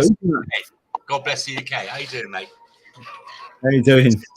Yeah. I'm just putting my hearing aids in so I can hear you better. Hang on. Oh, fucking hell. Get them turned up to full power, you old git. It's those cauliflower ears he's got from his boxing days. Let me tell you something. If me and you get in a ring active, I'll take them out so I don't hear you screaming. Fucking hell. How you keeping, old boy? Last night was a blinder, mate. You pulled a blinder last night. Well, I've got to be honest with you. I've done my show on Rumble, and occasionally I do a rant. Right, people like the rants. I don't like going on other people's shows and then hogging it. But because of what I do, and people ask questions, I try and make sure that everyone understands what I'm saying, and it isn't about. It's a responsibility to educate people. Fair play to you. Yeah, that is it, and it's not about negativity. We all live on the same island, right? But let me just say this to you: Britain is an island in the same way as Haiti and the Dominion Republic share an island, right? The island exists, and the two nations exist upon it, and that is what we are. It just so happens Scotland's got a different legal system to us. What is out there is something called the British Union, and people have to understand it is no good to either nation. And when the time comes to dismantle an empire that is massively in decline and attacking our nation, and our nation I mean England, yeah, then dismantle it. We've got an opportunity that many people in life and many nations never had. And that is that not only can we free England, we can free England, Scotland, Wales, Northern Ireland, and many other countries that are still associated with the British Empire. You would go back, listen, you don't have to lose the crown. You'd still be part of the Commonwealth. And if you didn't want to be a part of the Commonwealth, you can come out. Pakistan's been in and out like a yo-yo. Right? So you just say, listen, it's up to you. It's not like the EU. The Commonwealth is not like the EU. Right? You can come in it, you can come out of it. You don't even have to have the royal family as the head of state in the Commonwealth. You can be a republic in the Commonwealth. Right? People like sit there and say, oh, this is what we want.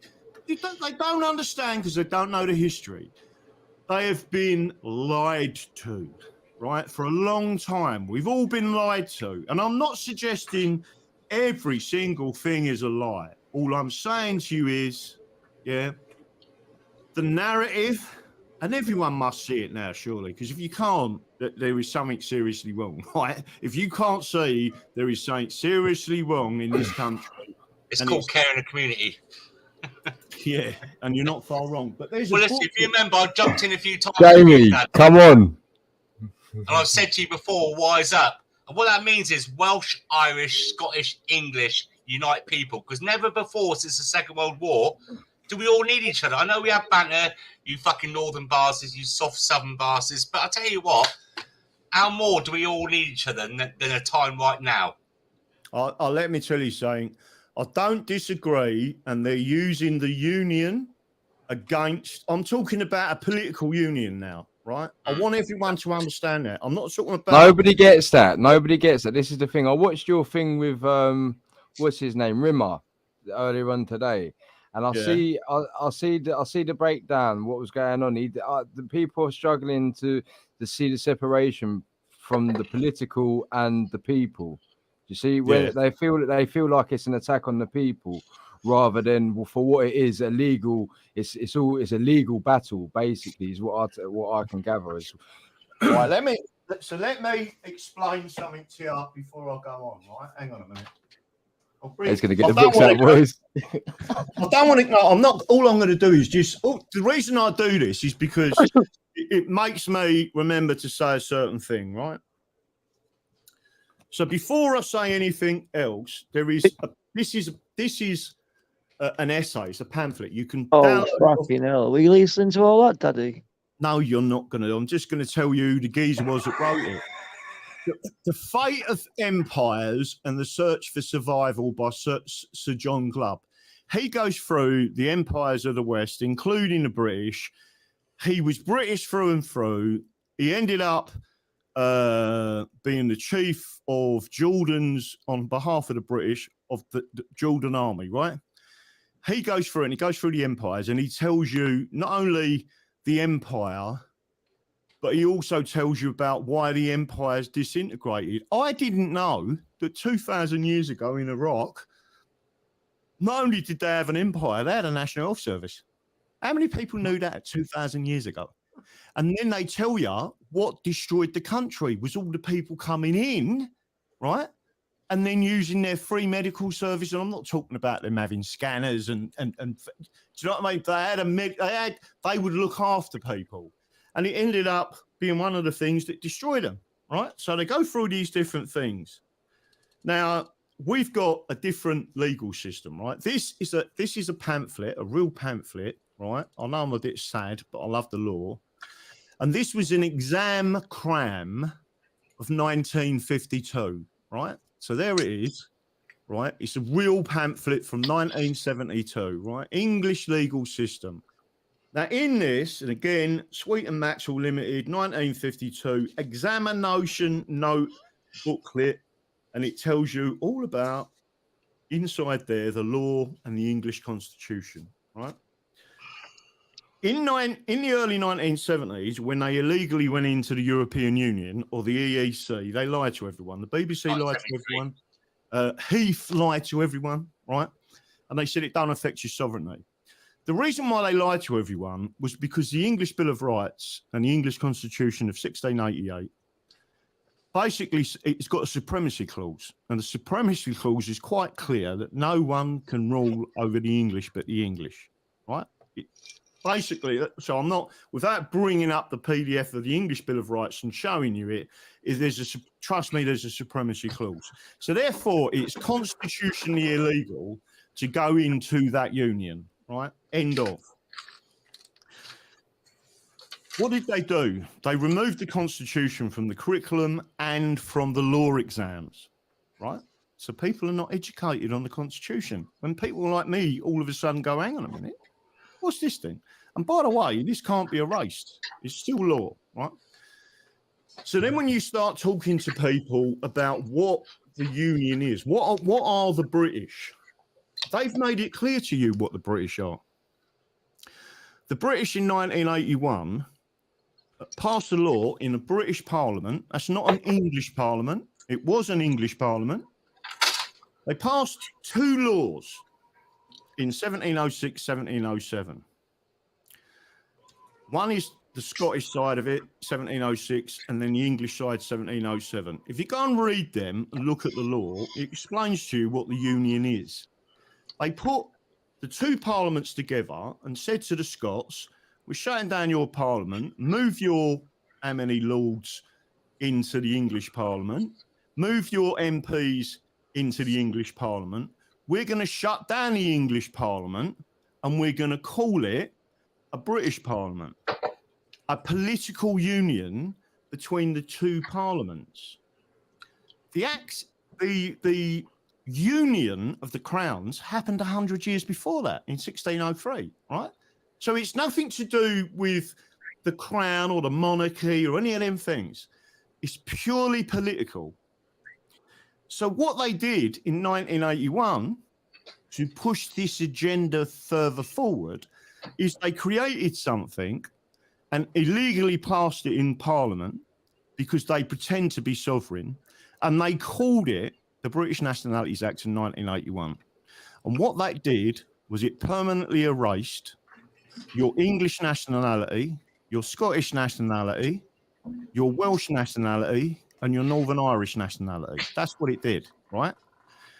If you think I'm not telling you the truth, write to your local council and say, on my electoral register, I do not want a nationality of British. I want to be English. And I've got about 70 letters that my channel have written to their councils, all different people in different counties, and they've come back and it says on there, we cannot put your nationality as English because the nationality of the United Kingdom is British because of the British Nationalities Act of 1981. That is unlawful, right? It is internationally unlawful. Self-determination is the primary human right, right? And they are denying not only Scotland, but England self-determination. So when people say, what do you mean by the British? I mean that British Parliament, which is not English. It's not Scottish, it's British. And I am talking about the destruction of England into regions, right, which is a European Union concept and a Fabian concept. And again, I've just put out a video today. Everyone should go and watch it about the Fabian Society. I've talked about them for years, and the International Fabians, they are the originators of the UN. They are the originators of the WEF. They are the originators of the World Health Organization. And when you understand the history, you understand the secret society behind it. And that is what they are. They seek, because Karl Marx, when he died, they founded it in his name. And Karl Marx said, every communist revolution has been shipwrecked on the rock of England. He didn't say Britain, he said England, because we've got the English common law and the English constitution that protects everyone, whether you are black or white, brown or yellow, right? The British are the ones who are destroying all of your rights. And what I'm saying to you is the British establishment, the British elites, the British civil service, the British police, the police have now become. But this, hang on. I got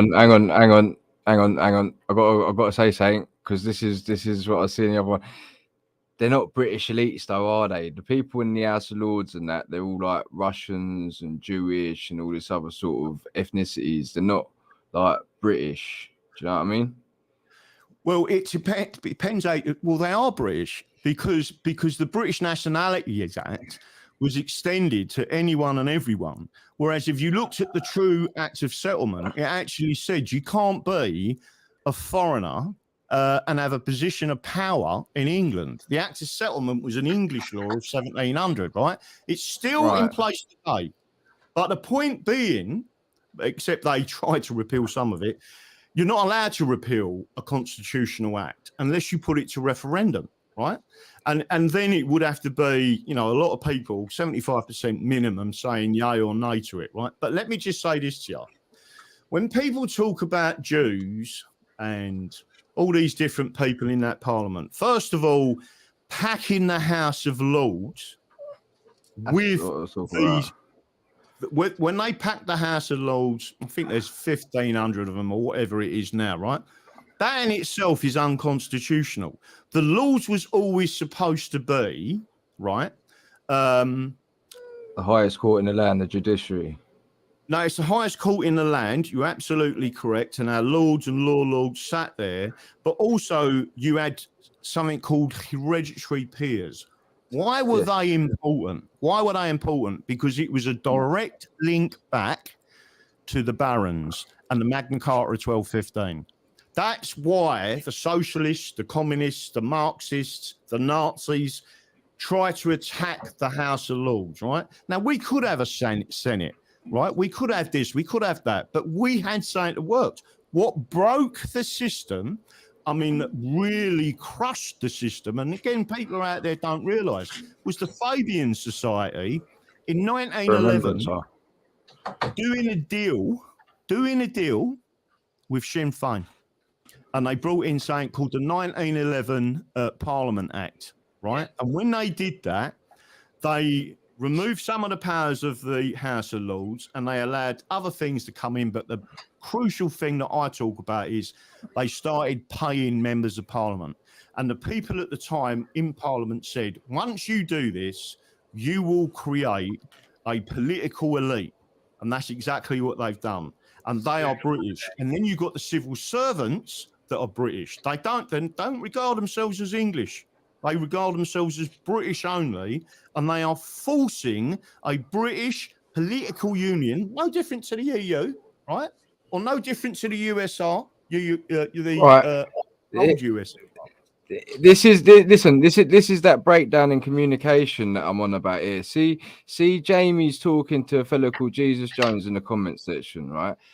And I know Jesus Jones is into into this constitutional law, contract law sort of stuff, and I know he's quite well read on the subject. And the point I'm getting to is like what Jamie's saying. It sounds like, from what I can gather from what you're saying, Graham, is that it's all to do with the legalities. It's a legalese type of issue, like the whole Britain thing, the whole name, like the name of the entity is like a legal issue, and like the inferences. So again, without getting into, I can get into the detail, right? If you want to do a show, get them to ask you, put some questions here, and then me and you do a show. And I'm trying to get him on. I'm trying to get him on, mate, but he don't. He don't seem like he want to come on. Has he ever been on? Because not on my channel, no. Many of these people never put their face up, never do anything, talk about this. They'll lead people to the edge of the cliff. He's got a channel. He's got a channel. People know who he is. Like, I have met him, right? And You're about Jesus Jones? No, I'm on about Patriotic Twins. Oh yeah. Right. So what I'm trying to say to you is, all right. So let me just say this before I move on with anything else. Right. In 2011, the census was put out for the first time ever. It put on their English-only national identity. Right. Mm-hmm. It come back more than a majority. It was 57% come back as English-only national identity, right? And 32.4 million. And then it said English, British, right? It went up to 67%. British-only national identity was 19%. Do you agree that 19% is a minority? Yes. Right. Well, it is, because it's a lot smaller than 57%, and it's a lot smaller than the 67%, right? That is a census. They put that out because everyone kept crossing through British and writing English and various other reasons. They didn't do it to do us any favours. They did it to find out where the English lived, and Northeast is the highest at 85%, right? I could bring it up. It's if you put in on the web 2011 census, nationality and ethnicity, it will take you to the government ONS website. We would then go to paragraph 7, and you can show everyone looking on the screen. So I'm not just saying these things, right? The point is that minority is trying to wipe us out. If you look at that minority, it is something like, I can't remember what the figure is, 10 million or whatever it is, right? The 2011 census. And then let me have a look and see if it's on the screen. So if you would put the search term in 2011 census, ethnicity and nationality, it will come up, and then you can see it. You'll click on it and it takes you straight into it, right? My point is this. That's from the ONS, so it's a government website. But if you was on Google, you would just put in 2011 census, ONS, if you want to put that in there, and then you would just say ethnicity and nationality, and it shows you it. Yeah, hang on. I got. Right, I got to apologise beforehand. No, Dan, I'm gonna let you on, yeah, but you can't be. I don't know what. Yeah, listen. Right, yeah. Here's Dan, everyone.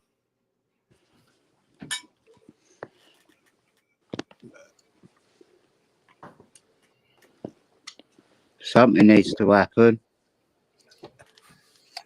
It's Chris Phil, everybody. Nice hat. Yeah. I just thought I'd walk off like Chris Troll. Oh, look at me. I was in the army once, and now I want a living out of it. I'm sick of vets. Right, so if you can find that thing, it explains to you how many sorry, I got people. sidetracked. Right, so it we're looking shows at how many people. 2011. 2011 ethnicity. census, and then it says ethnicity and nationality.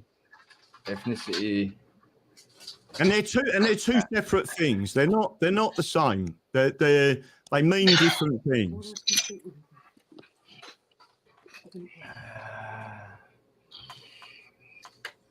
Who's that little bird dancing on your table? That's a cat. Oh, is it? I think the real problem is right? corruption at all levels of our establishment and Oh, council. Everything from the council to the CPS, police, government, everything. Yeah, right. So it's just corrupted. They're all corrupted. All levels are corrupted. No, I agree with you. you. They snatch children. They snatch children. They snatch children, and they move children about, and they end up getting ritually abused and stuff like that. No, I agree They with hunt you. children. Go all the way down to paragraph 7.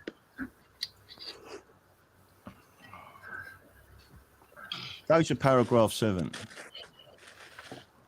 Right, when you get to paragraph 6. There ain't no paragraph 7. No, there is a paragraph 7. You might be on the wrong thing. Oh, I might be on the wrong thing. Next page. Yeah. See if there's a next page. Hopefully yours. What's this, an application form to become a Prime Minister of the United Kingdom? No, it's basically it tells you what it is, but there's a document on there. The paragraph 7 would actually show you. Yeah, I think I found it. Page 7, you want? Let me just have a look if this has got a 7 before I share it. And then it will tell you what the breakdown was. But it's interesting what the description of paragraph 7 says, because it the tells appendix. You... Is it the appendix that we're looking for? No, let me see if I can find a link to it. Hang on a minute. Is it not this one? Huh? Is it not that? Hang on. Let me make sure. Fuck me, is that Gary Glitter? No, that's Want to be in my gang. Google. Sorry, Jim. But if you didn't say it, I was going to say it. I'm busy looking up documents on the internet that I can't fucking find. Right, hang on 2 seconds and I'll get it here. Right. Nice one, Graham. Thank you, geezer. Tactical. Chris Roll in the house. Selling drugs in Thailand. You know what I mean? He's so good. He's so good, isn't he? Howdy, Jim Bowden. I need to ask you, Jim Bowden, because you're here again. How do you know about my channel? Just came by chance, actually, and I do enjoy it, and I thank you personally for the invite. You're welcome. And I do have a connection with Britain. My son lives in London. I haven't seen him. I think I told you before, for the last 3 years because of COVID, etc., etc. Yeah, you did say that. One of the interesting things he says, guess what, Dad? London is no longer English. I said, really? I said, well, Europe is no longer European. How about that? But anyway, once again, I really thank you. And I'm learning a lot of English legal history, which I've skipped in my law school days 35 years ago from Mr. Graham Moore. Very enlightening. If I can draw on that theme which I just introduced, I don't know what the theme of the chat is at the moment. It's Saturday morning here in Australia, Sydney. So I'm wearing very casual attire. There is a book, most of you probably will know, and I would like it's called The Camp of the Saints and it's written in 1973 by a Frenchman, Jean Raspelier.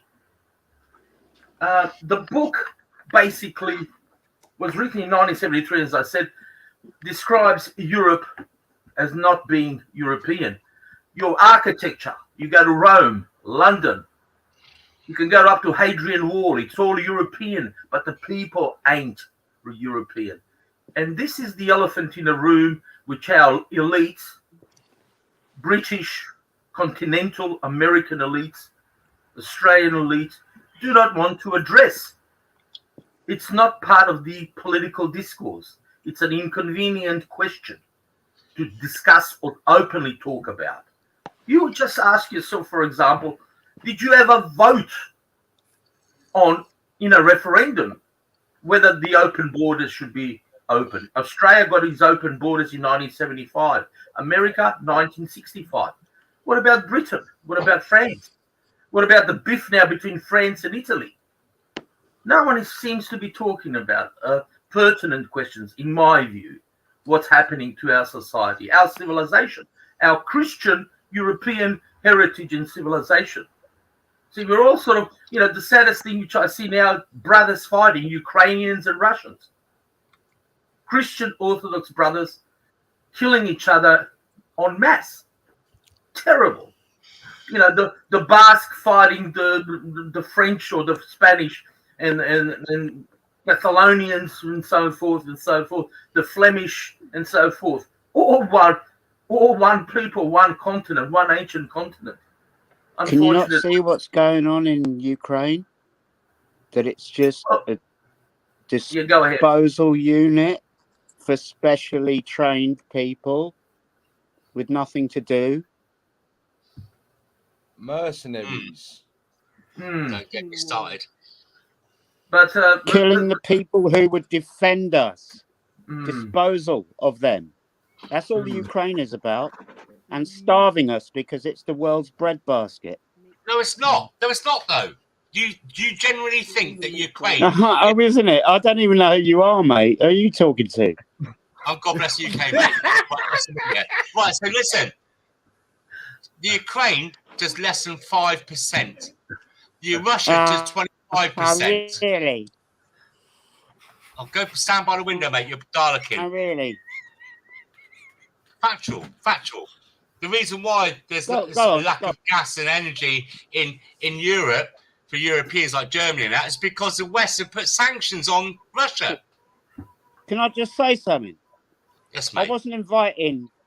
I was just asking that fella a thing, not you.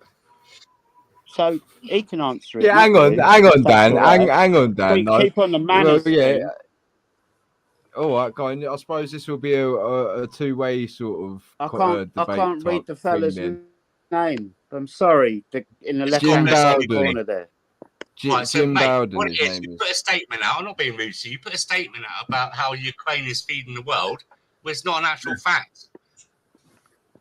Oh, it's never been a fact, has it? No, and the thing is, the reason why they couldn't get the grain out of Odessa is because they put them on. Oh, I can't even. Try getting some education, mate. I have got an education, mate. Right, so why didn't the ships come out of Odessa? Because the Ukrainians put the mines in there, and the insurance companies wouldn't insure the vessels to come out of there. Oh dear, Jim. Who's that talking? What about the meat grinder part? Who's that talking? Seeing as you're so informed. The what? Sorry, mate. Go by the window. What about the meat grinder part, seeing as you're so informed? The meat grinder? Where are you going with? I'm just saying about factual things about the Ukraine. The fact that all they achieved me shout like a fucking motherfucker.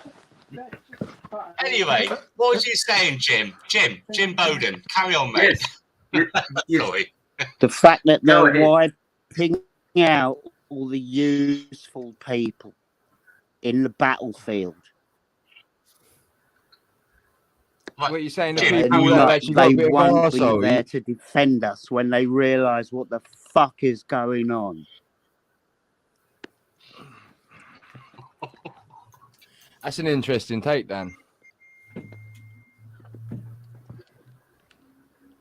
It's reality, Have mate. you ever considered? Look, Well, the way if it is reality, I better skin up. Go on, Jim Bowser. Sorry, mate. And me. Go on, Jim. No one there were a here's got couple the of- bollocks to go out there, have they? Fuck's sake. What, to Ukraine? I ain't going to Ukraine. Yeah.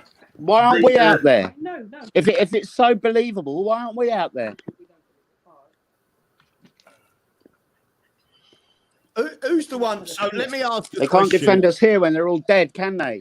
When they've all been melted to bits in little fucking. We're all laughing at it. It don't even matter. It don't even matter. Throwing They've it got at us every robots that will day. eat us. Oh, look, They look got at the fourth robots. bastard getting a grenade dropped on him. Robots that And will they eat think you. It's like humour. It's like the cartoon in the Standard. If You know what I mean? can put Look at my this poor spin, Russian my getting two blown Go to on, go on, Jim. Go on, I'm gonna mute Dan and then. if I can put my two bob spin on it, Thank you, Jim. I always ask my question: Cui bono? Latin. Who benefits in any war? Who benefits? Bang on.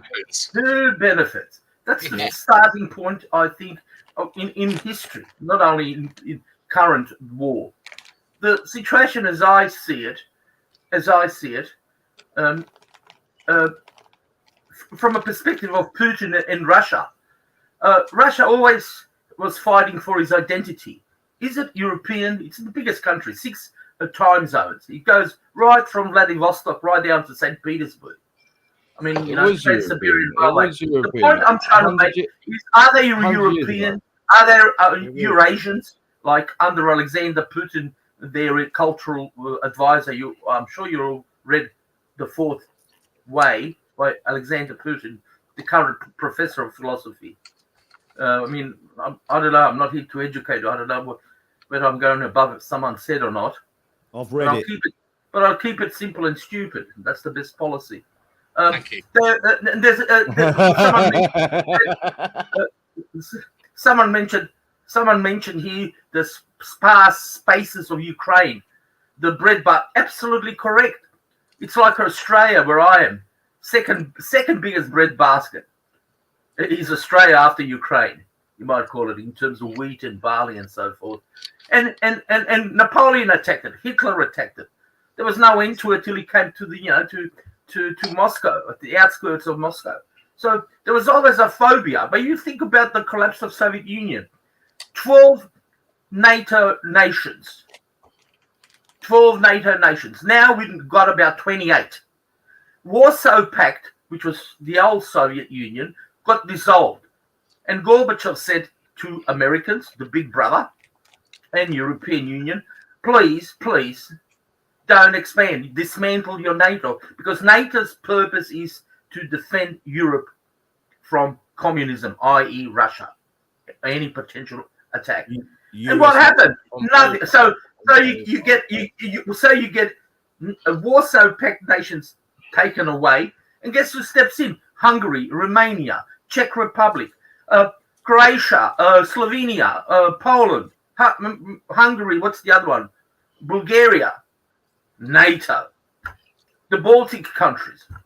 So all of a sudden you got an escalation, and poor Russia says, hold on. There's a whole past, an endless flatlands called Ukraine. There's no natural mountains, and you're going to put NATO rockets, outside the gates of Moscow. It's similar to Cuban crisis. Imagine if Russia or China put its missiles in Venezuela or Cuba or Canada or Mexico. What would America do? Yeah. Mate, Third World War before you can say Bob's your uncle. Correct? Am I misreading the situation?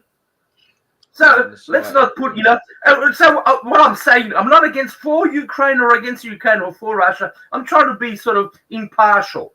What I'm basically agitating, or from my readings and so forth, is it's a fight between the decadent, porno, infiltrated, infested Western Europe.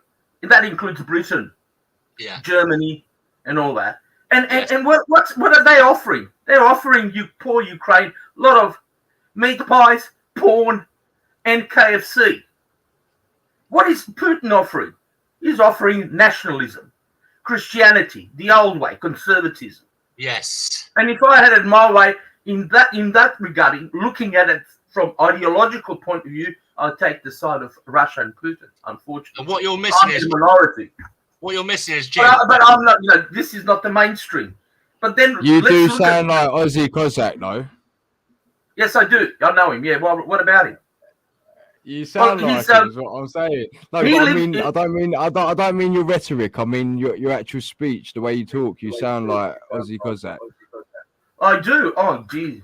He just got out of jail not that long ago. That's right. Yeah. Right. Anyway, I'm having my coffee. Right. You said some sensible things there, Jim. Well, what I just want to wrap up. I'm not gonna hijack this chat, and I do appreciate you listening to me. No, it's educating. I'm not here, you know. It's good to debate. It's good to debate and let someone have their other answer without, you understand what I'm saying. Yeah, but the world today, universities today haven't got a Socratic discourse of debating in a civil manner. There's no debate any longer. It's just categorizing, calling you a fascist, Nazi, a misogynist, anti, blah blah blah blah, and that's categorizing you, just getting you outside. You're not worse than that, Jim. It's worse than that. I went to a protest, pro pedo protest. It's called on my channel, and they actually tried to say that they're using the Socratic method. They tried to use it they tried to suggest that I was using it in questioning, and then they said that they tried to use it as a pejorative, like they were trying to say it was something that weren't, like it was a bad thing or something. That's what these people's mindsets like, to question things and to want an answer, to keep it blows their mind. Absolutely. By the way, I enjoy Graham Moore's, also known as DD, take on English history and law. The question is, he loves law, British common law. The question is, does the British common law love him? That's Double Dragon. That's Welsh beer, man. It's Daddy Dragon, not Double Dragon. I'm just, anyway, all right. I think I said my spiel. I'm sorry to take so long. Jim Bowden, do you have your own channel? No, I don't. No, man. I'm a lawyer. I'm too busy with my stuff. I'd like to have a little bit more of a rhetoric with you one night, because I mean, look, you've got things like Biden saying the reason why, and our own Prime Minister in England saying the reason why the price of gas and the food and everything has gone up is because of Russia. It was happening way before this all. Absolutely. And the sheep and now there's another interesting take, which is America. America, it's so polarized politically, culturally, and you name it, economically. The flyover states. Yeah. And there's a thing called American military-industrial complex. Now, you just think about it. They got out of Afghanistan about a year ago, and they started the war. Look at American history. 1945 ended the war. Which major war were they involved? 1950-52 Korean War. Followed by what? Followed by Vietnam. The French got out of Dien Bien Phu and France, followed by Vietnam. What about all the South American countries they got in? Guatemala, Chile, all these little, banana republics. And continuously today, Iran, Iraq. What are they going to do? What are they doing there? Well, it's the empire, and it's called military-industrial complex. In other words, they've got so much weapons, and they left all the weapons, about $1 billion worth of weapons. They're all praying and hoping the Afghanis will start. They're all Zionists. Jim, absolutely. Again, you mentioned a very touchy subject, and there is an undertone of Zionism and neoconservatism, in American foreign politics. Yeah, but you can't talk about it openly because it's an inconvenient truth. Unfortunately, we can use code words, Jim. We can use code words. Certainly, yes. And I'm not afraid. I mean, I've got, in my profession, legal profession, there are a lot of Jewish people. There are good and bad people, and I encounter like any race, I suppose. I've got nothing, but there are very Zionistically inclined people who are up, everything. They're the only victims, which I, take objection to. I mean, whenever the Democrats are in power, Jim, have you noticed that whenever the Democrats were in power, there's always some kind of war going on? I mean, when they left Afghanistan, they left 80 billion worth of. The Democrats do all the evil that we've ever known. The Democrats do all the evil that we've ever known. The KKK, First World War, dropping out the I would never. Grassing us up to the Germans when we were sending Liberty ships through the this is Lloyd's the of problem. London. Yeah, exactly. So ships would get sunk and they'd make more money on it. Do you know what I mean? I absolutely agree with that, but I would never. I always call First World War and Second World War First European Civil War and Second European Civil War. If you think about it. Was absolutely I'll go with that. I couldn't disagree with absolutely unnecessary. And what I'm saying, if Europe, the old Europe, is fighting and letting other people in, inviting it into its own house, I'm comparing it to, say, 4th century Rome, around Diocletian period. It's decline, decadence. Hope of feminism, for example, taking over, which is men giving up hope, leadership, male. There's no maleness anymore. If you're a white male, you're gone. I mean, it's funny because on the feminism thing, right? I'm in my 50s now, right? When I was a child. Yeah, go ahead. My mum was going to Weight. She decided she was going to go to Weight Watchers, and God, she.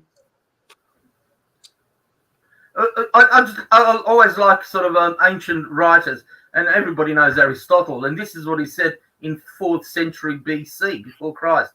Masculine societies give way to feminine democracies, and feminine democracies give way to tyranny. Aristotle, 385 BC, 323 BC. It's still relevant today. He could have written this yesterday. Think about it. Anyway, and that's what it is. We all becoming. Whether we like it or not, we've got the Christian, whether Protestant or Catholic or Orthodox heritage. Our architecture reflects that. But the people are not there. Different people. My son, if you landed, my son landed. I mean, anyway, in Paris or London or Heathrow. Well, have I landed in Karachi? You've got to ask yourself twice or pinch yourself. Well, can I just ask a question? And it's not being detrimental to the other races. It's being factual. You just have to pipe up, Alan. You have to grab. Yeah, right. All this reading old books and all this shit. Yeah, what's it got? What's it going to do? All this reading book shit. All this reading book shit. Go on. Sorry, Alan. Right. History. Sorry, all right. Are you addressing this to me? Are you? Yeah, well, yeah. Anyone know, right? We can go on about history, right? But it's not going to change the future. Only a strong group of men can change the future. An army of men can stop what's going on. Talking about 300 men can stop what's going on, mate. I could fucking stop what's going on my own. I'll tell you that now for a fucking fact. If I did what I wanted to fucking do, I'd stop the cunt. If we had 300 militant cunts, yeah, if we had 300 militant cunts that went and marched through towns and that, they would shit themselves and everyone would be banging trouble and straight in the nick, mate. Me and Daddy was going to start militias up and down the country, mate. Yeah, you got to deal with the cunts that come out the 4- or 5-star hotels. Well, someone's going to have to, isn't they? It ain't no joke. It ain't no joke. Yeah. Battalions landing on our beaches every day. Hey, Daddy. Let me go back to God bless the UK and some of the things that he said. I actually agree with him, especially to do with the blockade. mining the Black Sea to stop the ships coming out. And Russia had already said they was giving the grain free to Africa, right? So let me just say to you, first of all, Russia is no longer communist. They still have a communist party, but so have we, right? And it just so happens that some of the people that are advisors to the Tory government, who are socialist, are the heads of the British Communist Party, right? So just remember that. Susan Michie, who designed the lockdown, right, and designed the propaganda to attack you, Susan Michie from Sage is a committed and confirmed member of the British Communist Party, and she advises Boris Johnson, right? So let me just say, get back to this with Putin. Putin is not, I repeat, not a communist. He is certainly not a Nazi.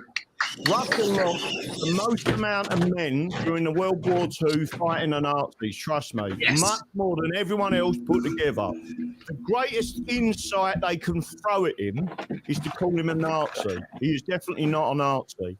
Is Ukraine Nazi? Yeah. Do they have a Church of Satan? Yes. Right? Let me just say this, Chia. Dugan, though. Dugan's a massive fan of Aleister Crowley, and he's advisor to. Sorry to interrupt you there, Graham, but he is advisor to Putin, I believe. There was even talk of it. He ritualed his daughter a little while ago in the bombing outside the office in Moscow. Or something. But sorry to interrupt. I just it's fresh on my brain. Right. So please carry on, Graham.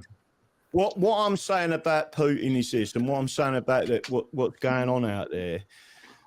Since 2004, they have been, meaning the Ukraine, has been bombing. I mean, I do mean bombing, yeah. The Donbass region. They have been, they've been bombing since 2004. The Genocide. USA and the UK and NATO have been interfering with that region for far too long, and what they've done now is got in there and said, like, we've had enough of this. They was about to go in. It has now been confirmed that they have got 31 biolabs out there. They denied it, meaning America. Denied 28. Right. They've now said that they've got the biolabs.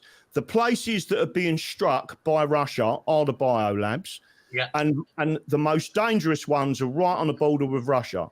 They also know, and they have presented evidence to the UN of interference, not interference, but an attack by the British on not only the bridge, but also on the pipelines. Yeah. And two other elements that they've said the British have attacked. One of them was a drone attack on a nuclear power station in Ukraine, in Crimea, right? Now, the problem we've got is I would consider that Putin has been very, very patient, right? Very patient. When you go across there, the big difference between Putin and the British idiots that are running this in the background and the American idiots that are running this in the background, right? Putin's got a red line and he actually means it. He now knows that the British have attacked Russia, right? Yes. Do you expect them not to do anything? Because they're going to do something. And when it comes, it's not going to be a nuclear attack. They've got far more complex weapons than that. But I would suggest people start researching what's going on out there, because Putin, on this occasion, is not the bad guy. In fact, he's the one who's saying, we don't want anything to do with your globist monetary system. The West are bankrupt, and the reason you're bankrupt is because you have been ripping off your own people for far too long. He wants an end to there's two ways of putting it: multipolar, which is what they want, or a single polar system, which is the USA and the British, right? He's saying that system's got to end because there's more people in the world than you lot, right? And if you look at BRICS and you look at what's going on, they're not the bad guys. And the people have got to understand that you're being lied to. You're being lied People to. have got to understand. People have got to understand. Dugin, one of his advisors, is a Satanist, and he offered up his daughter in a sacrificial ritual killing. That's what they need to understand. This is a spiritual war. This is a spiritual war. All that other nonsense is smoke and mirrors. This is for your soul, mate.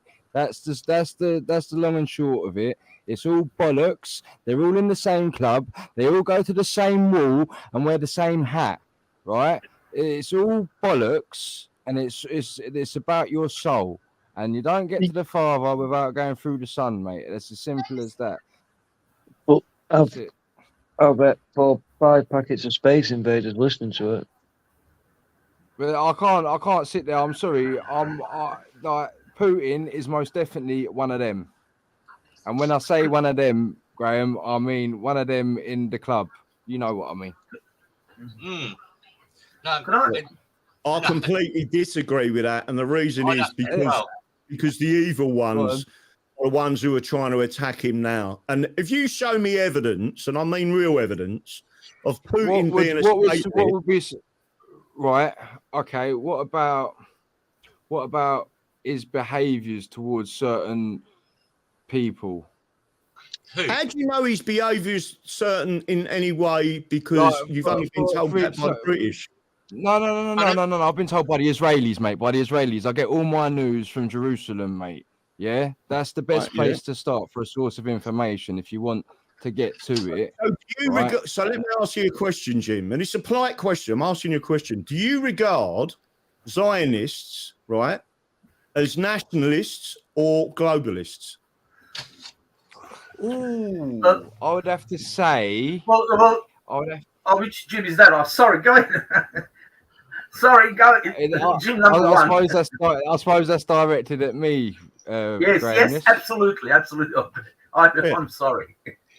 Yeah. Right. Or anyone can answer. But you've just brought up Israel, right? The only reason Israel exists is because they had a terrorist organisation called Ergon that bombed the British into submission, right? They were terrorists. That was all MI6. Listen, let me tell you something now, right? In the IDF, they took in Ergon. If you know the history of Israel, and let me tell you something, I ain't got a problem with Israel, right? I ain't got a problem with Israel. What I've got a problem with is the British and Palestine and dividing up a nation, right? And giving you asked the question, though. You asked the question. I feel like we're going to go off on a tangent, right? You asked the question. Do I think a Zionist is a globalist? Well, no, because a Zionist means Israel first, last, and always. Yeah, so no, I don't think. Right, so we're on the side. That's why I'm saying to you, and I said to you last night, you're better off picking a subject you agree about, right? So if you agree on 90% of what you're saying, why would you want to argue about 10%? We've got to iron it all out. We've got to iron it all out, mate. We can't be telling people there is a hero when the only hero that you need is Jesus Christ, and that's the only person you should be looking to for any sort of savior. Like, Jim, I agree with what you're saying, but if you then start talking about Satan, Satanists, etc., yes, Dugan, one of his advisors is a known Satanist and an Aleister Crowley fan. Right, and I can get. What's his name? What's his name, Jim? What's his name?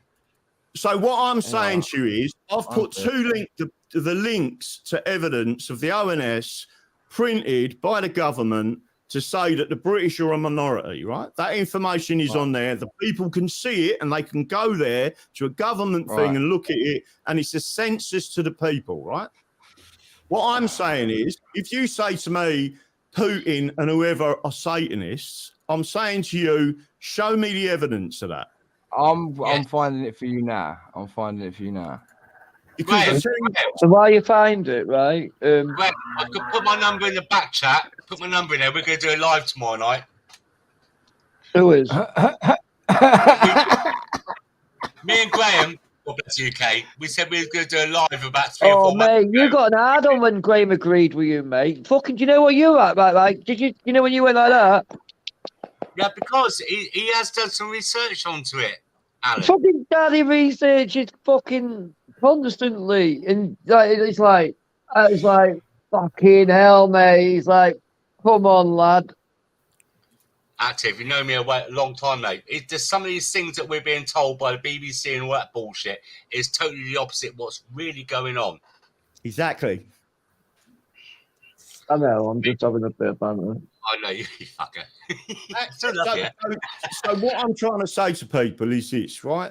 Don't believe anything you read in the papers. Do your own research. Do your own thinking. But do me a favour. If a website, right, turns around and says, I don't know, there's a common law website out there, a common law court, right? I'm not going to say who runs it and all that, but he's bullshitting everyone, right? But people look at it and think it's real.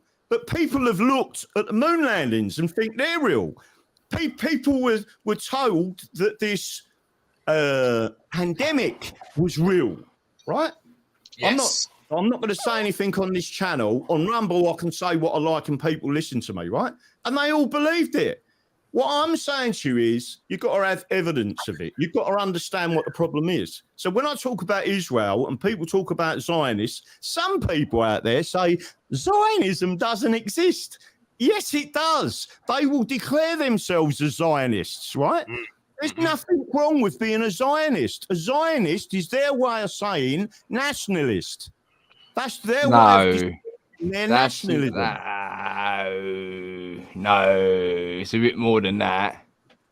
No, well, nationalism can be as deep or shallow as you want, but a Zionist means it's all about Israel, right? That's what it means. That's that you can talk. It's all. So every patriot in this country is a Zionist then, because all they want to do is talk about Israel. Go on, Alan, get it out, yeah. Get it out. No, you can't. Every stream I go on, everyone, it's like everyone's against. The Jews are to blame for everything in this world, but yeah, I've never seen. Whoa! No, that's what you want. That's what everyone says on every stream I go on. They're blaming the Jews for everything. How many Jewish grooming gangs do you see? How many Jewish exactly. county line gangs do you see? None. But listen, at the end of the day, look. Who was the one that started Tony Blair's? Who's the one that started Tony Blair's open doors policy? Who was the woman in charge of that? Oh, who's that? Oh, fucking hell! Go on, Jim. Who's it? I can't remember her name. But Alicia Layman. I can't remember it. Who? Alicia Layman. Oh, you nutter! I actually thought that you said the real name then, because she is supposed to be that way inclined. Well, that persuasion or that. Well, she got that fetish ethnicity. Anyway, right, we're going off topic, boys. Right, back on course. Just basically, if something don't sit right with you, just research it. You're human beings. You're all like normal geezers. If it don't sit right with you, research it. Don't go on the fucking mainstream media. This is what I need to ask Graham. So if I show you a video of Putin's advisor all dressed up like a wizard and that doing. Oh, hang on a minute. I think I know what you're talking about, Jim. That's been proven. Right. Go on then. A bald geezer. Go on. Show it. Show the video. Well, no, I ain't even found it yet. God bless UK. You're like, do you know, like this is what I'm trying to explain how you were like. Do you know, like that kid in the class when you were 11 years old, when the teacher asked a question and you're that one that puts her hand up, please pick me, sir. So there's this one, it's this one. I know what it is, it's the bald guy. Funny enough, Active. I was fucking skiving all the time. Fuck off. It'd been me, mate. I was fucking out and about. Fuck off. Right. Can I just say a few words? If you want me to, my former professor is a good mate of mine. His name is Andrew Fraser, and he wrote this book, Wasp Question. Was a professor at Macquarie University in constitutional law. If you want me to be on this stream, again, it's up to all of you. I suppose it's up to the Jim number 1. I can introduce him. He'd probably be glad to be in your stream, especially DD would appreciate you've that. got a fruity mate who's been published, who's like would come on the stream and all. Yes, he's a very good mate of mine. Well, I'll tell you background. There's about 50 of us. Make it happen, Jim, mate. Make it happen. His name is, you can Google him, Professor Andrew Fraser, a constitutional lawyer. Got an ad on. There's another person I know. I don't know if you heard. I mean, I know of him. The French guy Alain de Benoit. No. Have you heard of that English professor? No, he's French. He's in Paris. Alain de Benoit. And I don't know whether you heard of a Croatian guy, Dr. Tom Sunic. Now I know him quite well, but he knows Alexander Dugin quite well. So there's a sort of an indirect 6 degree of separation connection. And there's also Dr. Frank Salter, but just letting you know my background, there's about 40, 50 of us lads here in Sydney, all sort of middle-aged farts and young students and retired professors. We get together 3 or 4 times a year. We go for a cruise here in Sydney, and we discuss politics and so forth and culture. We just had a meeting the other day. It's called the Sydney Trads, Sydney Traditionalists. So, If you heard of that English professor, that Alan the guy's name is Andrew Fraser. It's a book, The Wasp Question. He's a good mate of mine. I know him. I've been to his place. He's been to my place and so forth. But if you're interested, especially Graham Moore seems to like British or English history and constitutional law, I'm sure he will be enlightened. Is that him, Jim? I'm sorry. Where is he? Oh, that's it. That's the one. Yes. He's from Canada, Canadian originally, but he lives here in Australia. Never trust a dude with fucking bright silver hair. But I don't know. I may be Ty Brown. I don't know. But I don't know whether you. I don't know. Just a suggestion. I don't mind. Yeah, that'd be lovely. Thank you very much, Jim. We appreciate that here on Correct Not Political. That's very Christian of you, mate. Thank you, sir. Who's that doing all that? Who's doing all that racket, mate? You can't have that. Is that you? God bless his kids. What do you mean it's his kids? It's at 11:30 at night, mate. What do you mean it's his kids? It's babysitting. Yeah, wife's learning the meaning of making money after 25 years. Sorry about that, guys. But you're learning what it is to babysit. Don't tell Jim Bowden that. Don't tell Jim Bowden that, mate, because he will tear you a new one, mate. He's on about the emasculation of masculinity and that, and you're all on about doing that and looking after the kids like she's earning £1 a night. I've paid for everything and that, and she's just got herself into a bit of trouble again for the 4th time, big trouble. And now she's gone out to do a little bit of work to understand what it means to earn a bit of money. You have no idea what you just made that sound like, mate. Her choice. Stop it, mate. Stop it. You got no idea what you're doing. Oh, mate. Oh, mate, you're wrong with that, yeah. No, you understand what I'm saying, right? So she's got herself into debt again, right? Yeah, she's working the streets on the night time. And then she said she wanted to go out to work. So I said, go on then. But I listen, right? Over the past 25 years being together, she's never had to go out to work because I know how hard it is to look after 5 kids. I help out clean the carpets and do this and you clearly don't know how hard it is to look after kids because you've never done it until tonight. Shut up. I fucking muted him and now I've got to mute you too. You made me forget what I was going to say. Fuck's sake, Alan. You can't. Oh. Right, yeah, go on then, Alan. What? You may speak, mate. Fuck off, you muted me. killed the stream. Oh. Right. Anyway, what do you Anyway, mean let's kill the move on. stream? No, listen, we don't need you to do that. We can do that. Don't you worry about that. We'll figure something out. You don't need to stick Listen, piping God up. bless. Giving Alan the ump you are, mate. I can sense it, I'm mate, in not. your waters. Alan, You Alan, you got the are. ump. You are. Yeah, God bless, mate. First, Oh, mate. mate.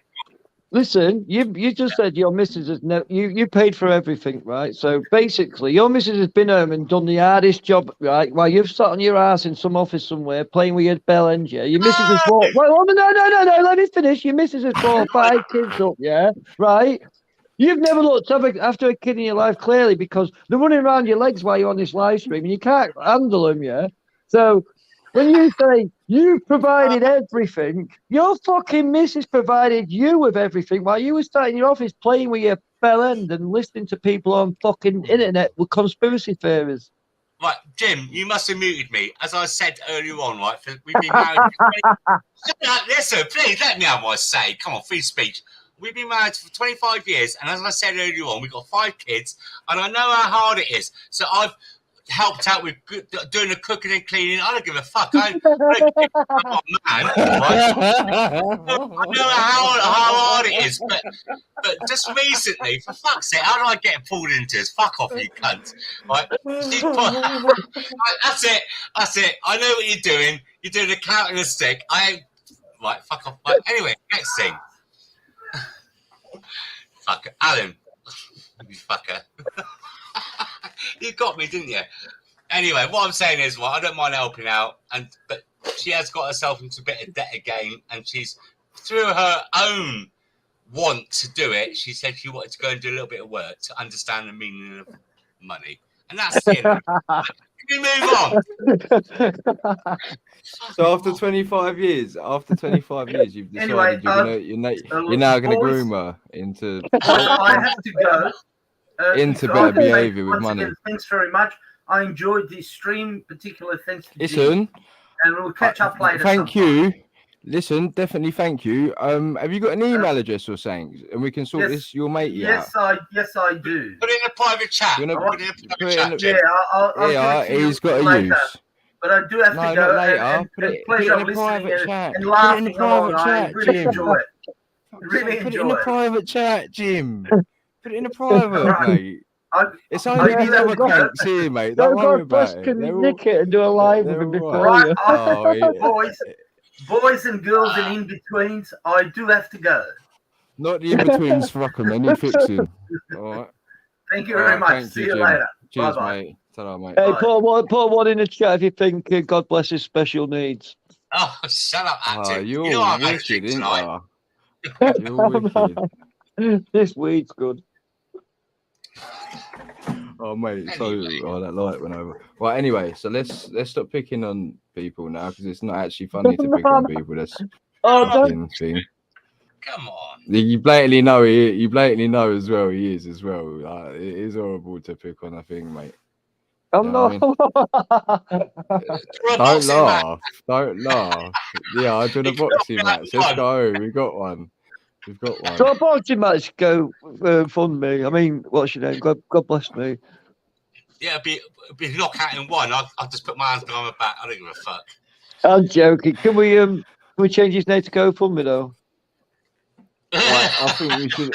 I think the only man here that's actually got something to talk about is Graham, mate. To be honest with you, Don't get him talking. He's got a story. He's got a story. Listen, Graham, can you tell us about when you done your bird? Do you mind talking about that? Yeah, he put his little 2-inch knob because he got a chopped off.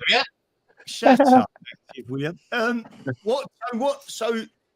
When you say do the bird, I'm going to tell you a situation. Julian Assange is currently in HMP Belmarsh as a triple cat A, right? Yeah. Right.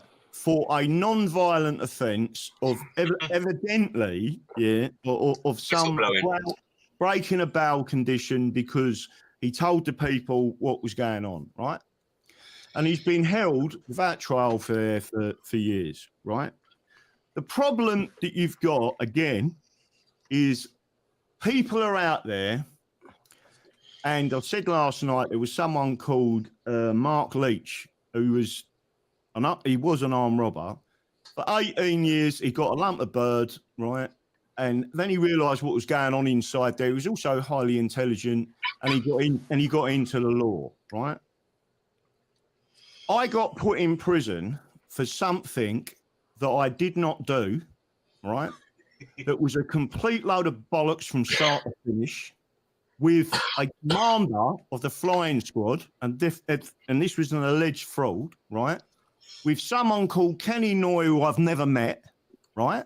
And if anyone knows Kenny Noy, you can ask him. And he'll say, I've never met the man. But why did they say that? Why was the papers saying that? Because they was lying. Let me just say this. They also said in the papers, lucky enough, I was married to a woman that trusted me, right? Because I don't mess about with anyone. If I'm married, that's it, right? They also said I was in a hotel with Kenny Noy, full of hookers, prostitutes. Who else did they say that about? Was it Donald Trump? Do you understand that narratives are built up for a reason, right? And they use the media, and they use everything in their realm, which is the British realm, right? To build and that's what they did. Now, let me just say this here. Under English law, you can have a participating informer. In other words, a grass that you don't know is a grass, yeah? And if there's any Americans listening, a snitch or whatever you want to describe them as, what they're doing is they're telling the old Bill everything that's going on. You're only allowed to have one, and he must have a handler, and he must not be, and I want everyone to listen to these words, he must not be a principal conspirator, right? Because otherwise it means the grass or the informer is actually leading the conspiracy, right? There were three participating informers, right? Not one, but three. And two of them, right? Well, three of them were primary conspirators. Only two of them was actually named as part of it, right? So let me just say that to you. That means there's three people that were working with the old Bill to do X, Y, Z, right? Now, I don't care what people say. I've done my bird, right? But I am telling you, I've seen them set people up. I've seen what they did. They was bugging people's houses through, listen to this, through the skybox. Every skybox at that time in the country had a listening device on it. So when they started saying they can hear everything through your TV and watch everything you're doing in your house through your TV, I knew it was true. And do you know why? Because they was listening in different people's houses to what was going on, right? But the conspiracy was being led by three participating informers. The problem you've got out there is idiots, right, believe everything they're told, right? For a non-violent offence of what they said was basically, they called us the hole in the wall gang, right? But electronically, right? Let me just say this to you. I got a lump of bird, and what happened? I was kept originally as a triple A, then as a double cat A, then as a cat A, right? Let me tell you something, for completely what they're alleging a non-violent offence. But listen to this part. This is the classic. They turned around and said, not only has he conspired to do this, he broke the best encryption in the world with a laptop, right? I broke 128-bit encryption, hacking the encryption codes because I am this massive telecommunications and data communications and computer programming genius, right? I broke 128-bit. Are you being sarcastic? Are you being sarcastic? Or are you being legit, straight? No, that's what they told the court. Right, but I'm saying, have they got reason to say that? Are you some sort of whiz kid, autistic fucking savant that knows how to use computers? I don't give a shit if you've got 200 autistic kids on laptops, you're still not going to break 128-bit encryption. You're right? saying it's impossible. It can't be done. It can't be done. So we already had experts from universities, and one of the top experts was coming from the US to do with the encryption because it was really important, right? This is impossible. So my barrister, oh, by the way, my Jewish barrister and my Jewish solicitor, who are probably the best legal team any man could ever ask for, right? Are So they let me just Zionists, though? yeah, they probably are.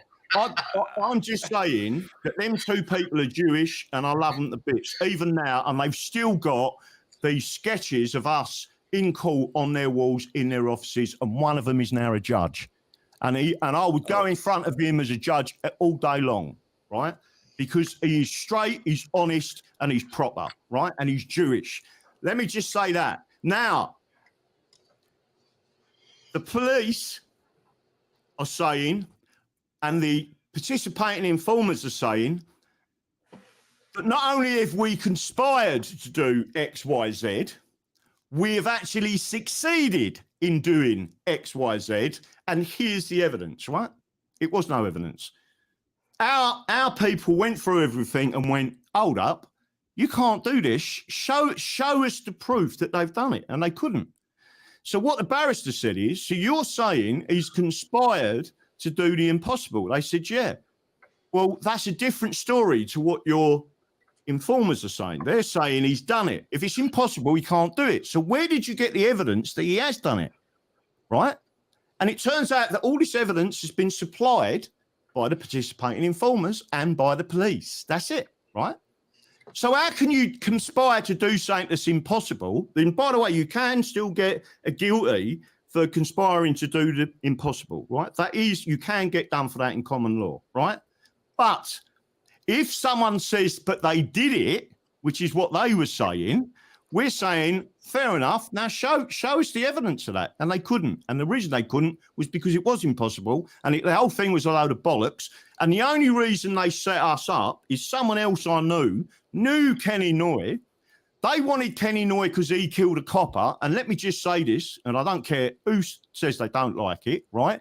If someone is dressed all in black with a ski mask on your back garden, and you come out of your house and your wife and kids in that thing, you're entitled to stick a knife in him, right? And that's what he did.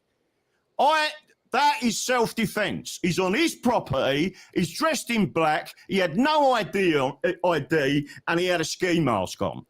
But he got not guilty because it went to the jury and they said self-defense, not guilty. And then they went and give him a 9 for VAT fraud, right? What? That's what happened to Kenny Noy. But I don't care, right? I'm not being disrespectful to Kenny Noy. And I've got to tell you something. I don't know him. I've never met him, never had a beer with him. Certainly never been in a hotel full of prostitutes, rumping all night on cocaine and whatever. I'm surprised we were weeing on the bed. Right? So what I'm saying to you is these narratives that they come out with, I knew 30 years ago that they not only tell lies, they will get you lumps of bird. What happened to the Guinness, Birmingham 6, and what happened to the Guildford 4? You think they don't set people up? You don't. What happened to all these different people, right? There's an old saying, and it's a true saying. I want people to understand this because I heartfelt believe this, right? I would rather that 9 guilty men walked free than convict and imprison 1 innocent man, right? Because that's the way the law works. But it don't work like that anymore because the old bill are crooked, right? The insurance companies are involved. They've got their own reasons to do something, and they do it. And one of the reasons the old bill don't like me... Hello? We're still live. Hello? Hello? If we're still live, tell me. Can you hear me, Daddy? Yeah, I can hear you now. Yeah, you're still live. Sue's just dropped out. I didn't realise I was muted. I've been shouting at my mic for about 20 minutes and it's been fucking muted. Daddy, right? You said you've never been in a pub with Noyle with loads of prostitutes and getting coked and drunk out your face. But can you say that about a hostel with Active? I'll be and gutted. prostitutes. No, well, actually, I weren't taking drugs. Welcome back, Jim. I don't care if people do what they want to do, and especially around weed. I'm not one of them people that think it's absolutely forbidden. You ain't allowed to do it, blah, blah, blah, and give it all the bullshit. I think there's medical uses for cannabis, right? And also, if you're hurting me, you know, get on with it. Crack on. Exactly that. Live and let live. So all of this bullshit they come out with, one of the things that I saw when I was in there, and don't forget, so I'm a triple category A. I'm a double K when they took me out of the unit where they was holding Julian and Assange, right, for a non-violent offence. The judge in the case said that you single-handedly could have brought down the global banking system, right? And I said, what, on a fucking laptop, right? And he, right, was giving all, right, they give armed protection 24 hours. All these trolls out here, let me just say this to the trolls, right? Let me just say this to the trolls. We've still got 2 people, right, in the witness protection program where their lives are allegedly at risk, right? Let me just say this to everyone, and especially these trolls. They think I'm such a dangerous man that everywhere I went in that fucking prison, inside a prison, I had to have 2 dogs, 7 screws, and a book, a passport inside a nick, because I was so dangerous, right? And yet, you got these trolls giving bollocks, and then when they meet you on the street, they're like that and run off, right? Let me just say, if I'm that dangerous, do you want me to make phone calls to these gangsters that I know, these terrible people, and say, I want them sorted out? How long do you think you'd last? Right? So what I'm saying to you is, if there's either one side that's complete bullshit or it ain't. Now, what happens, I know, and it's people like me that listen to people's stories. One of the geezers that was in the nick, right? He'd been set. I looked through his paperwork. He's given me his paperwork. I studied the law and the Constitution while I was in there, right?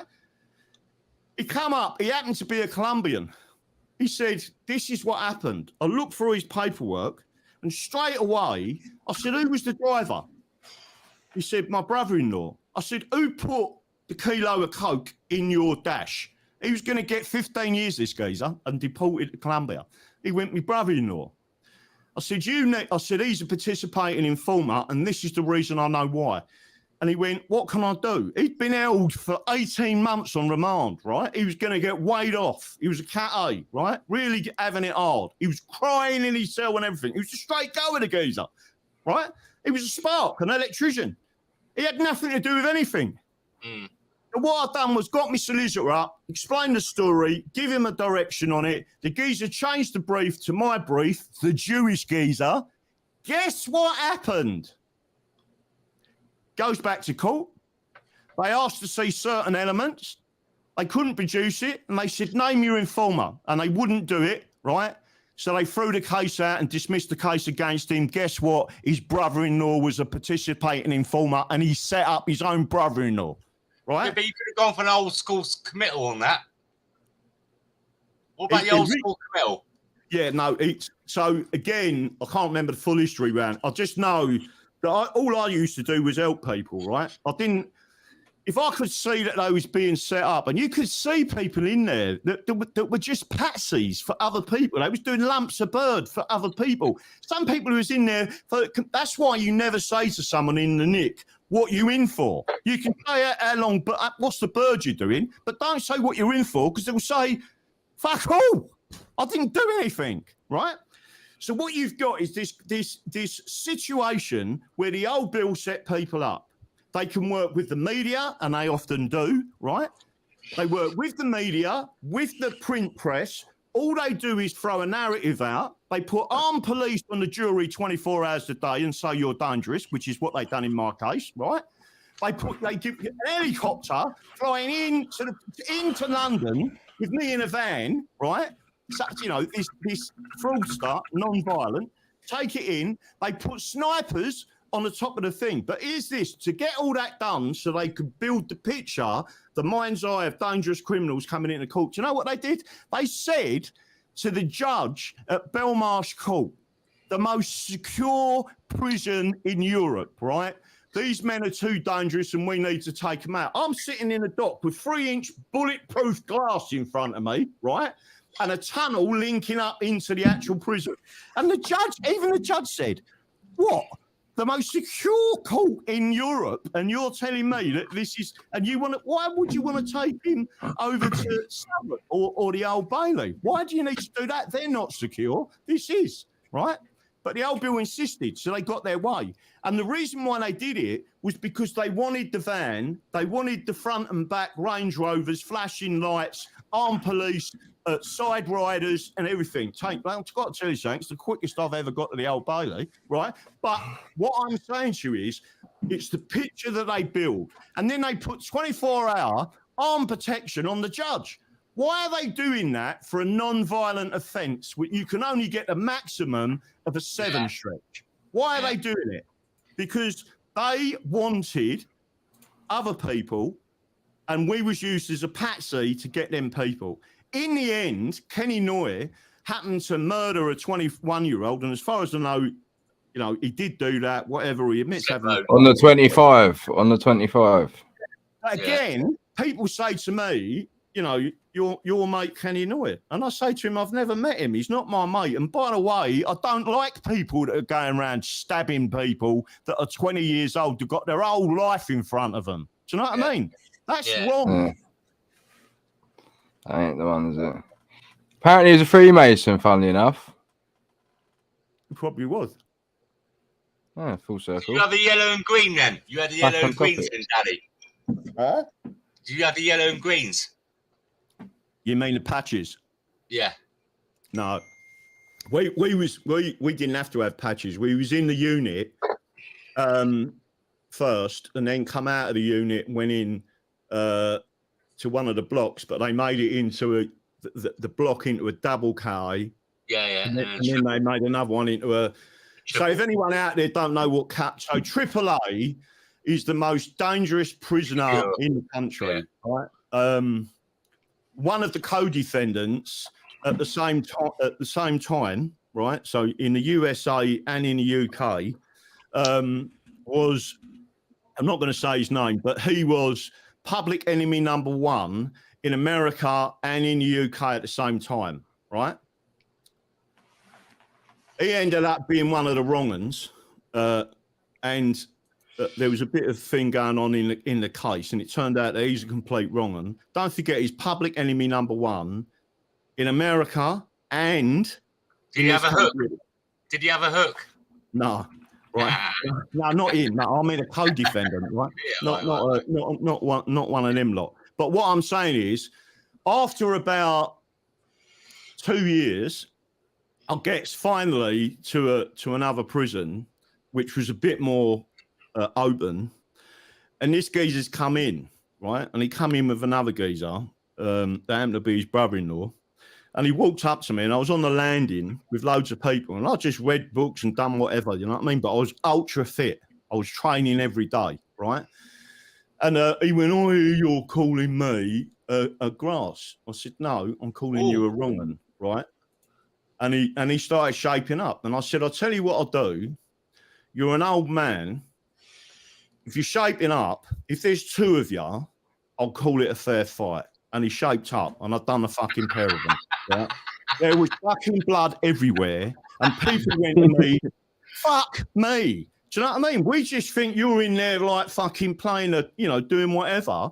And I said, "Listen, when you've done this amount of bird because of a wrong un that's trading with the old bill, what would you do?" And then he comes in and thinks he's a gangster, right? And I said to him, everyone in the East End, everyone in London thinks you're some sort of gangster. You're nothing but a prick, right? You couldn't even do a 7 standing on your head. Yet you've got to work with people getting 25 fucking years wrapped around them, right? If you had caved in on any of them, you'd be dead. And let me tell you this, one bit of work, probably 4 of them people have now been nutted off, right? And I'm telling you now, The man, I can't say who it is. He is a wrong and not a grass, a wrong. And there's a particular reason why there's a different definition between brown nose. Brown nose in it. He's just a wrong and a geezer. He basically, if it weren't for him sticking his hands up and the judge turned round, don't forget, we couldn't have been found guilty, right? The judge turned round and said, if you plead guilty, I'm telling the jury, listen to this, and there's a law against this, and by the way, they overrode it, right? They said, the judge turns around and says, if you plead guilty, I'm telling the jury that you pleaded guilty with conspiring with the others, and you did this with the others, right? So he stuck his hands up to get 3 years instead of a 7. And he had a crooked solicitor, right? I won't say the solicitor's name, well known for taking backhanders. I mean, serious backhanders. He used to pay the judges and the clerks. That's how well this solicitor knew the system, right? If you went in, if you got nicked or something, you would want this, as long as you got money wrapped around you. And he knew that judges that were taking the money and the court clerks that was taking the money. Why are the court clerks important? Because they're the ones who schedule the case in front of a judge. So you go, you clerk, there's your bit of whack, there's your bit of whack, right, to the judge. That's it. All done. Walk in front. You think most other people would have got, I don't know, let's say a firearm of 10, yeah? All of a sudden you get a year's suspended sentence. That's how the system works. And people out there don't know what is going on out there, right? I don't even watch the chat. Most of the people on YouTube, there's too many trolls. I've blocked them, so I don't see their comments, right? I'm not interested in their comments, right? They're all complete idiots. The trolls are people that don't understand the reality of life, right? They don't understand how the system works. They understand nothing, right? Now, do I know a lot of criminals? Yeah, I do. And I have got more respect out there with proper criminals than most other people because they all know, right? One, I would never fold and never put anyone up. I was tortured once, right? By the old bill, not in this country, another country, because I wouldn't give me mate up, right? And I ended up having quite a serious spinal injury because of it. And even my GP, right, and the surgeon that had to operate on me said, this is the worst injury we've seen outside of a car crash, right? And it was well known, the embassy knew, everyone knew, and the British just didn't do anything, right? But again, these idiots. Now, you've got some idiots out there, right? And I'm not suggesting, I've got a little note on there that there was someone on there saying X, Y, Z. Let me just say this to you, right? I care about England. I'm not interested in Scotland. It don't mean I don't like them. I want them to succeed as a nation, right? I want England to succeed as a nation. The only way you can take down the system is to take and remove the British system of governance and go back to the English system and let the Scots go back to the Scottish system. The Welsh, whatever system they had before 1536, let them go back to it. But it's their decision. If the Welsh turn around and say, because that was the union with Wales happened in 1536, if the Welsh turn around and say, no, we want to stay with England, we ain't got a problem with England, right? And you put it to referendum, right? And they turn around and say, no, it's England and Wales. We're happy with that, right? That's all you got to do. Northern Ireland, another British disaster for the people, right? That should be its own country. And I'll tell you for why. Exactly like the Isle of Man. How many people out there know, right? How many people out there know that the Isle of Man was never in the European Union? Do you know why? It's got an independent parliament. The Isle of Man was never in the European Union. Yeah, it does. There's a fucking echo in here, mate. There's a real bad echo in here, Alan. Me. Like a parrot, isn't he? Who's a parrot? Not you, Graham. The cunt that keeps talking after you. Graham, what years were you inside, mate? What year? Oh, fucking, years ago. The Where'd you great go? years Where'd and you go? the Where'd you go? training Where'd you go? the I want to know where you went. Belmarsh. How many Oh, prisons? Yeah. well, What did you do a years? tour? I've done a Did you do a bird. tour? We might not Oh, dead. I was in Brixton, Belmarsh. Oh, shithole. Shithole. Hang on a minute. Belmarsh, let me think of them. Swaleside. Swaleside was a Proper nightmare. shitholes. Swaleside, Send. Is that a Oh, Seacat? Yeah, Swaleside's no, a Send Seacat, isn't it? yeah. Send, and then to Latchmere, which I had to fight to get in because the Home Office wouldn't let me go there. And that was it, I think. Oh, What no, years? Ford, and then What Well, year? did they give you DCAT? Did they let you go DCAT at the end of it? 1998 was the conviction. But then there was other stuff going on from 95. So but what I'm saying to you is these people out there, what's that other stuff? What's other stuff? What do you mean there's other stuff going on from 95? What's that mean? So all I'm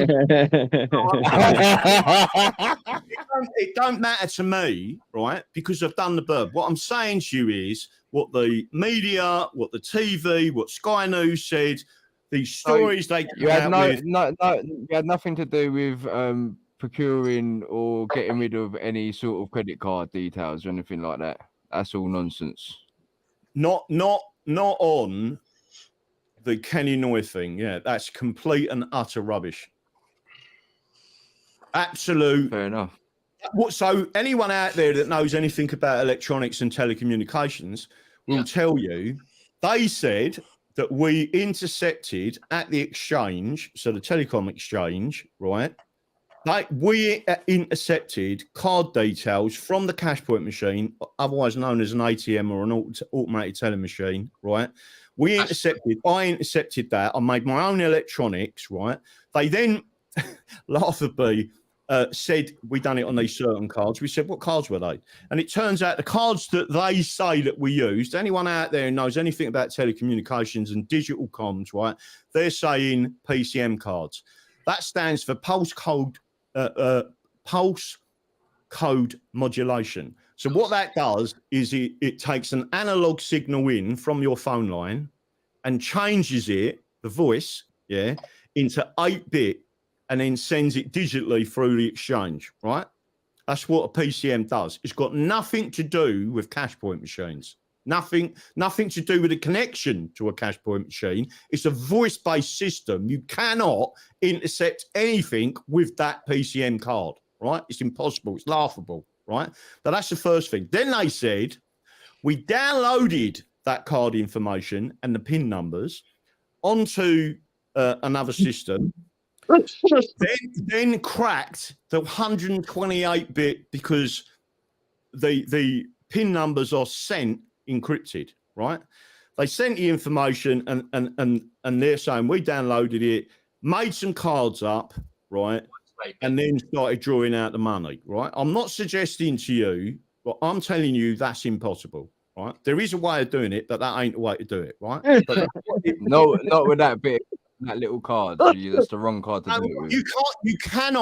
You cannot intercept, right? Card details from an ATM, right? And I'm especially talking about the PIN number, and I'll tell you the technical reason if you want.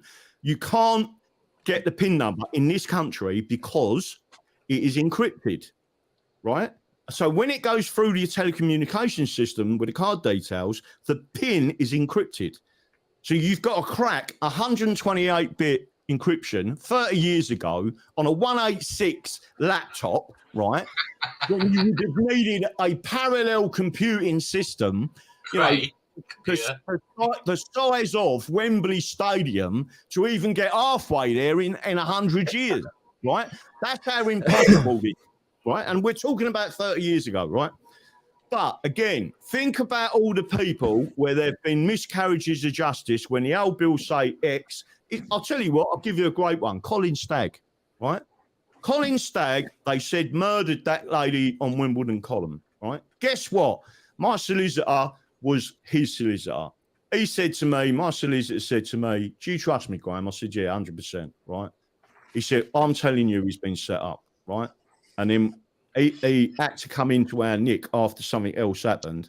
And basically we said to people, leave him alone. He's been set up. This is a lie. So even the prisoners think, what these people are saying, he's this really bad man. What happens many years later? They find out it's this other geezer that nutted her off, that nutted off the ones down in Kent, that nutted off, was it Millie Dowler?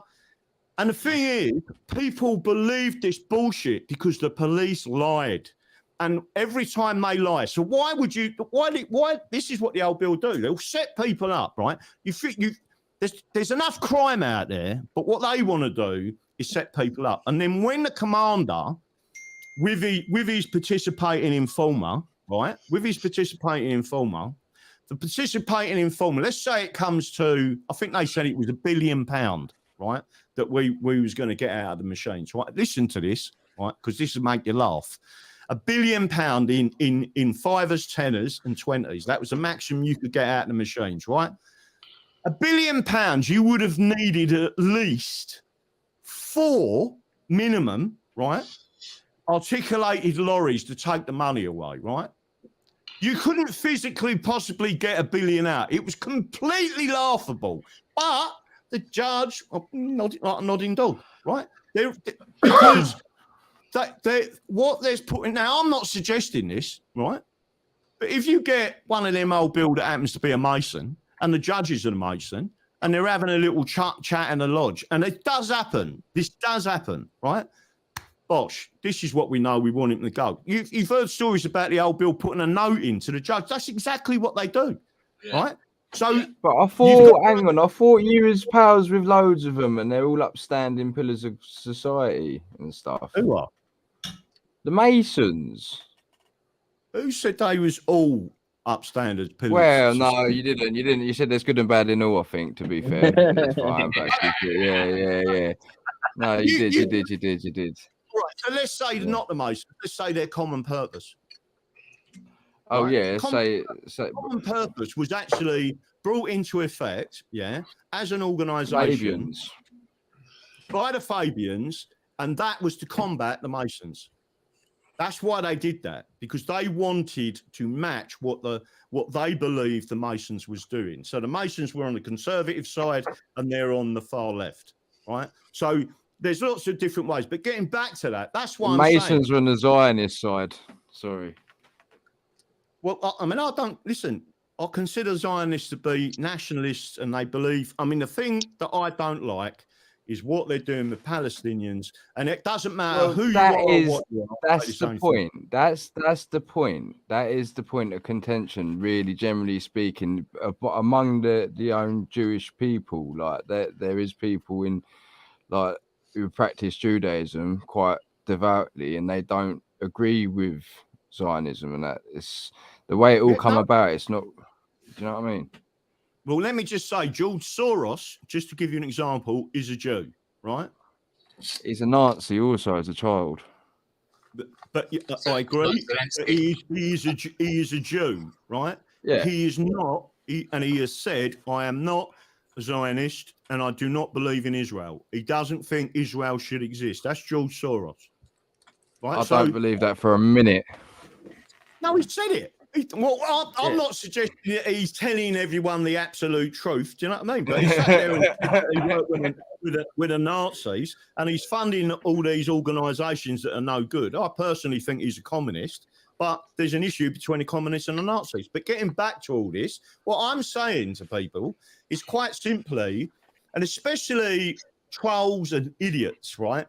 They believe what they are seeing. So 1 minute they're saying, oh, there's no, these same people say there's no virus, it's all a load of bollocks. The media's saying this, and the media's saying the PCR test, and they've read all this evidence, and they've seen this, and they've gone through it all, right? I had the same thing. I had expert evidence saying this is completely impossible, and they have said that they not only have they attempted to do it as a criminal conspiracy, that they did do it, that they were successful, right? How can you do something and be successful if it's impossible, right? Now, what I'm saying to you is these same people, these idiots in the background, right? And they are idiots. they will say, and all of a sudden now they're sitting there. They probably half of them have probably been jabbed up, right? Because they just can't think for themselves. And that's the bit that gets me. I can see what the system does to people. I have seen it.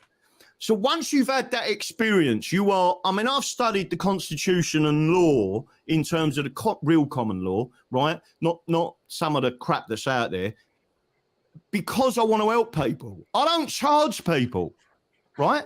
And when they come to me, if Active have backed me up on this, if you come to me and you've been arrested and you say, listen, I need help, I ain't got a solicitor, I don't want a solicitor, I don't trust them people, can you be my Mackenzie friend? I'll say, have you been arrested? And they'll say, yeah, right? The only person I've broke the rule with once is Active, right? And I'll say, what did you say on your interview? And they go, oh, I said this, and I said, right, so you was put under caution, and then they asked you questions and you replied, yeah, well, I ain't done it, so I've said this. I said, right, I can't touch her. Because if you haven't done the basics and got the basics right, which is that you say no comment to everything, you have the right to remain silent. They have to prosecute you. You are giving them evidence when you answer their questions. And even if you're sitting in an interview, right, and they say, is your name Graham Moore? And you say, no comment. Is your date of birth, blah, blah, blah, blah, blah. No You're an comment. old git. You're an old git. You say, no comment, right? They go all through this series of questions. So then they start asking the questions that they want to get to and guide into. Some they ask you to aggravate you, all these things. And then you no commented for an hour. No comment. And then they say to you on tape, do you want a cup of tea, Graham? And you say, yeah, right? You have just made an almighty fuck up, right? Because you should have said no comment. Don't ever answer a single question. Because what they do is they take that statement into that court, and then they will say to the judge, he's answered a question but won't answer the rest. And the judge says, we'll put the statement and we'll put the interrogation to the jury. So then they got a big list of the questions that they would never have got put to a jury, right? Without that statement and without that transcript, right? Because you said yes to a cup of tea. You say no comment to every single word. And let me tell you something now. I know old Bill that have been nicked, right? Even for murder, right? And they're sitting in front of one of their old comrades, and they're asked, what's your name for the tape and the record? No comment. Blah, blah, blah, blah, blah, blah, blah. Get to, do you want a cup of tea? No comment, right? They're trained. They know, right? The law books that have come from the Parliament are full of laws, criminal laws that shouldn't exist but do exist on statute, right? If you think they can't find something to nick you for, right, you must be insane. That's why you don't say nothing, right? And even if the brief says to you, open your mouth, say bollocks. And you don't have to say anything when you're in the dock. You can sit there and be completely silent right the way through. You don't even have to plead. Yeah, let me ask you a question, Graham, because I've done something, I've tested it, and it works, and I want to know if you can tell me why it works, right? So I got nicked for what did they nick me for? Possession of drugs, cannabis, and what's that? It's a statute, isn't it? Sort of thing, right? So I said I said to them that it's mine. Yeah, I told them it's my medicine and that, but I told them at the material time in question, when the alleged offence is suspected of being committed, I weren't acting in the capacity of my person, and so I told them that, and they sent me to court, and then I said it to the judge in Westminster Court, and then he said he's going to throw it out of court. He said he's going to what's it called? He's going to stop it. He's discontinue it. Yeah. So do you know why he would have? Yeah, do you know why he would have done that, or do you think? Because when you, so I don't know why you use that phrase, but I will tell you why. What I would see as a judge, you using that phrase, that you are telling me that when you was arrested, yeah, with that on you were basically pleading temporary insanity. That is the only thing that a judge would. Do you think? That's what, I was trying to explain to him under the common law, I've got a right to privacy. If I'm not committing any sort of crime, they've got no business to do anything to me. So I was just simply explaining that the material time that the alleged offence is suspected of being committed, I wasn't going by the nom de guerre that they tried to put on me. I'm acting in a private capacity, which they have no business in knowing about. So the answer is there's some of what you've just said is right, and some of it would be a bit on the woolly side, right? All I'm doing is telling you the actual law. If I had been a judge and listened to you say that, I would took that of a plea as temporary insanity, or you wasn't of the right mind in whatever. They normally ask for evidence of that, right? But if they haven't, he's probably looked at it and thought it's a bit of puff. Fuck off. And right? just fucked it off out. And that's why he's discontinued it, because they consider it's not in a pub. So much now. It ain't in the public's interest, is it? It's not in the public interest. I agree with you, right? So there's a lot. You're talking about puff, right, or weed, or whatever you want to describe it as. Let me tell you something now. You are allowed, right? In other words, when I say allowed, it's still unlawful, but they will let you off, right? You can grow up to 27 plants without getting a bit of bird, right? Cultivation, yeah, is a misdemeanor. It's a nothing, right? But let me just say this to you: 27 plants is the maximum, right? What people get nicked for is what's known as, and it is a serious offence, is called production, right?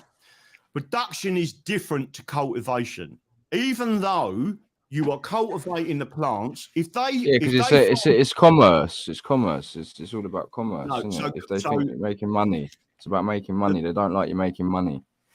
Well, so that's another element to it. But production, right?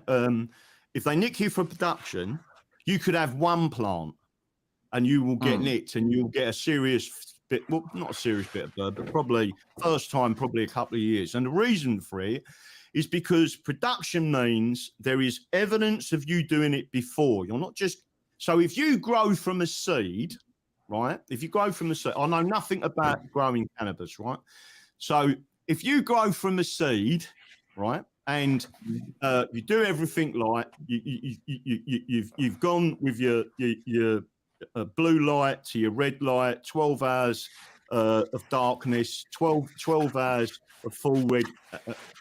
What you'll get is in the end, as long as they are all female, you will get massive buds. And if you look after them properly, you know, the biggest buds you've ever seen in your life, full of TNC, whatever it is you're growing, as long as you nurture those plants, you're going to get results. But if the old Bill see evidence of other bits in there, see evidence of scales and bagging equipment and all that, right? And this is crucial. If they see evidence or find what's known as a mum, so anyone out there listening to this, Daddy, can I just stop you a minute? Go For on. someone that doesn't know anything about growing cannabis, you're fucking explaining it well.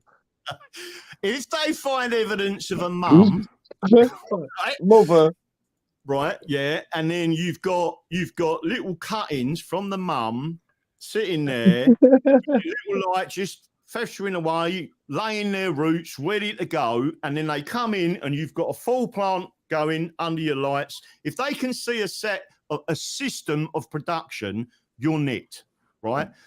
They won't just nick you, they'll get you some bird and they'll take you. They might, if you had 27 plants, you've grown them from seed, there's no evidence of production, you might be unlucky and they'll come in. They won't even take all your kit. They won't take all your, so if you was growing with, I don't know, let's say clay balls and a system of hydroponics, and you had all your lights, your timers, your rhino. Is that why cuttings? Is that why cuttings are so expensive then? Because whoever's got the mother is taking all the risk, really. Yeah. Well, how much you pay for your cuttings, Jim? No, I'm And joking. if you have a good plant, if you had a mum that was giving you the best bit of weed you've ever had in your life, right? and that mum was, and everyone said, "Listen, that is the nuts. I'll have some more of that." But it ain't. I don't know anything about growing cannabis, but when you put on eyeglass, yeah, Graham, can you hang on? Can you say that again, please? I don't know It's just anything the about growing. But when you put an eyeglass onto a bud and you look at the TNC, right, you will see the colour change. I'm not suggesting to anyone that they should be doing it, but when when it goes, I think it's white it goes, or just off-white, right? Then it's ready, right? And then if you, so again, I'm talking about production here. If they find a pair of scissors, right, that's got loads of TNC on it, and then you're scraping off the TNC and storing it inside a bottle of vodka, right? So at Christmas, you and your mates, right, can sit down and have a bit of vodka with a bit of puff in it, right, and it will rock your boat, right?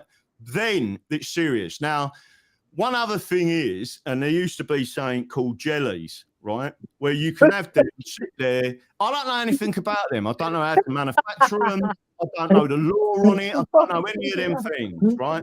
All I'm saying is that you have to know, and don't listen to people giving you bullshit. You've got to understand what the evidence is, because as a person who's growing that stuff, you should know what's going to get your bird and what ain't going to get your bird. That's all I'm saying. I don't want people in the big house, right, for growing cannabis that many people use for medicinal purposes.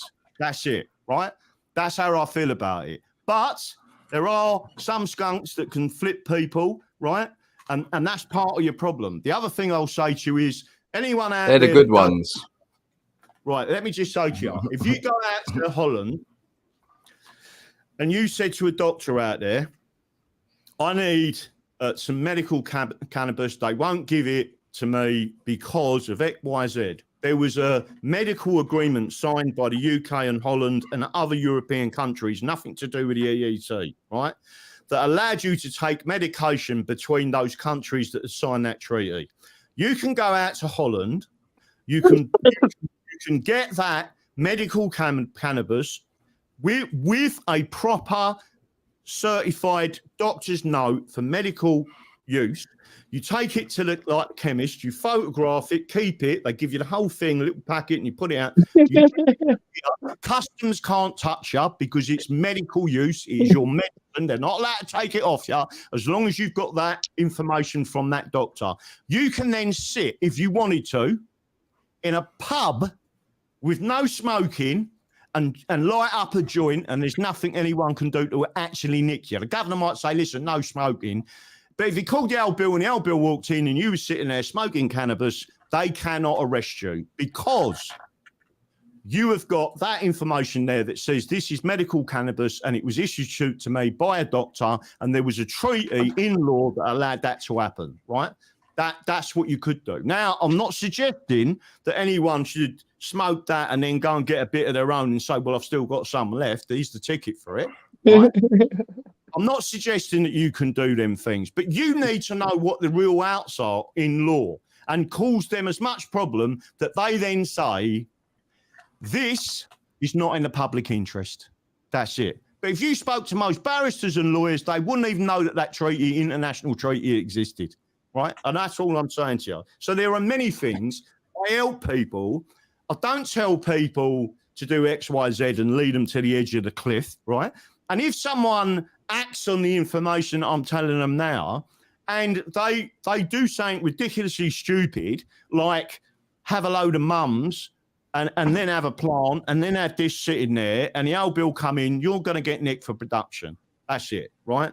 Now, different constabularies have slightly different rules on it. Why do you think they're going to try and make it now go? It was a Class C. for me, it shouldn't even be. It's a bit like ivermectin. Ivermectin, you should be able to get it over the counter. It can't harm you. It is a global wonder drug, right? They don't want you to have it because they know that the people who take it are less likely to get cancer, right? That's a fact. Go and research it, right?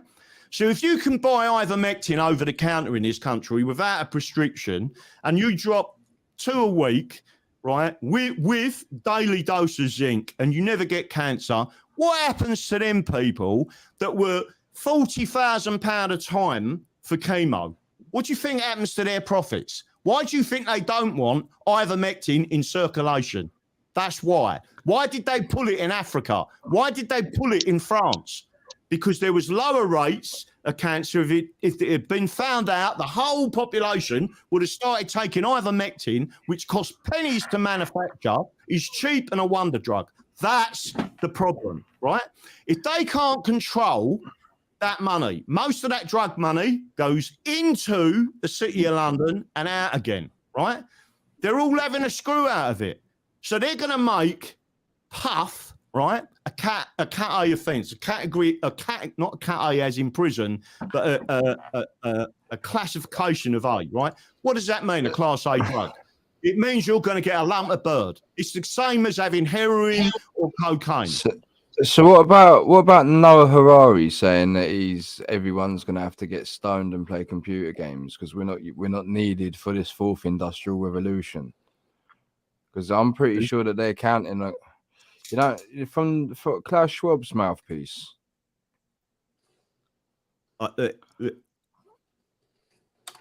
In this country, you honestly think they're going to do that? They're going to make it class A? They've already said they're going to put it up to class A. Yeah, I remember them saying that, but I'm saying, do you honestly think they're going to do that? It's a class B now. That carries 14 years, not months. No. So I mean, all it does, class A means it takes it right the way up to, depending what they want to do and how much they don't like you, you're going to get lumped, right? So what I'm saying to you is, I think. How can I put this? I think legalizing it is the wrong terminology. You should decriminalize, because what happens with any form, and I'm going to give you an example here, right? In fact, I'm going to give you 2 examples, right? In America, they put prohibition on alcohol. What happened? They created the mafia. They created armed men who then started, because everyone wanted alcohol, right? And there was do you know why they brought that in? Do you know why do you know why they put prohibition in, right? And the reason was because they asked, believe it or not, 1924, I think it was, they asked that they wanted a tax. They wanted an income tax to fund the federal government, right? And at that point, they didn't have anything. They didn't have any dough, right? So they said, well, if you ain't going to give us an income tax, right, we're gonna make alcohol prohibited. We're gonna ban it, right? And therefore, if we do allow it again, you've got to license it. And in the end, they done a deal with them, and they said, allow us back the alcohol, and we'll let you have, an income tax. And that's how it come about. This is the skullduggery in the background, right? So look at that. What happened? They created gangsters. They created this nastiness in America by prohibiting something which increases the value, right, in the black market. That's what they did, right? In this country, we had a similar situation. Does anyone know what it was with? Do you want me to tell you? Yes, Gambling. Right? Gambling wasn't controlled in any way. It was made illegal, right? It was an offence to gamble. It didn't used to be, but they made it an offence. So what happened was they created, by banning gambling, they created these regulations and laws that you could, if you was operating any form of gambling establishment, you was nicked, right? And then what they did, they realised, right? Just listen to what I'm saying. They realised that they was creating this problem because gangsters was getting involved with gambling, a lot of money in gambling, right? And then if you didn't pay them, they'd come around and break your legs, they'd cut you, they'd stab you, they'd do all these different nasty things. There was lots of conflict, especially in London and other towns around the country. So what they said was, I'll tell you what we're going to do. We're going to legalise gambling, right? But we're going to do it in a structured, regulated way. What did they do? They went to see this geezer called Joey in the East End, right? This is his real name, Joey, all right? And they said, all right, Joey, we understand you're a gangster in the East End. How would you consider running this as a legal business? Because we know you know the business, you want to employ people. We're going to tax you on the business, but this is what the tax is and this is what you can do. You've got to stick to these regulations. And Joey said, yeah. Do you know what his last name was? Joey's? Labro. Coral. Right? Good guess, Jim. There's another geezer, right? His name was Bill, right? And they went to see him and said, Billy, right, Joey's had a deal with us and said he's going to sign up. Will you do the same? Because we need to take the violence out of gambling, right? And we will give you a license to run shops all over the country, right? Employ people, do all this, but do us a favour, Bill, we go straight and we'll give you a license, we promise. And Bill went, I'll have some of that. He said, will you call the truce between yourself, Joey, and this other guy? Yeah, no problem. No more violence. I'll make sure of it, and we'll do everything by the book how you want us to do it. Okay, here's your license. He then opened up a chain of shops. You know what his last name was? Hill. William Hills, right? So what I'm doing is giving you an example. How do you take the violence out of crime? You legalise it and you regulate it, right? So you can go into. You used to be able to before 1900, I think it was. Queen Victoria, right? Well into the 1800s, they used to deliver an ounce of Charlie cocaine to the palace, right, from the chemist because she liked to sniff, right? But they never tell you that bit. What? Queen Victoria was having a bit of gear. Yes, she was. But she was probably smoking it, right? But the thing is, they never tell you these things, right? So why do they do certain things? If you make cocaine illegal, and I'm not suggesting it's a good drug or anything like that. Don't get me wrong here. Or bad drug. You create, right? You create a black market. If you create a black market, it then becomes corrupting in society. Then they've got control over certain people now to do things. But not only that, you've got a revenue stream coming straight into the city of London. There's been many, right, documentaries about how much drug money goes through the city of London. It's controlled by the elites. That's it. Daddy. Yeah? Do you think they will legalise cannabis? No, he's saying they're going to make it a Class A, you cunt. You've not been listening. No, Yeah, hold on a minute. One minute. Go on. Go on. So I'm right. So if you're asking what I want to do as a political party, what you think they're going to do? What you think they're going to do is what he said. No chance. Well, they've already said. They've said they're gonna make it a Class A. They want to up it from a B to an A. Yeah, but that's only crime commissioner in one town saying that.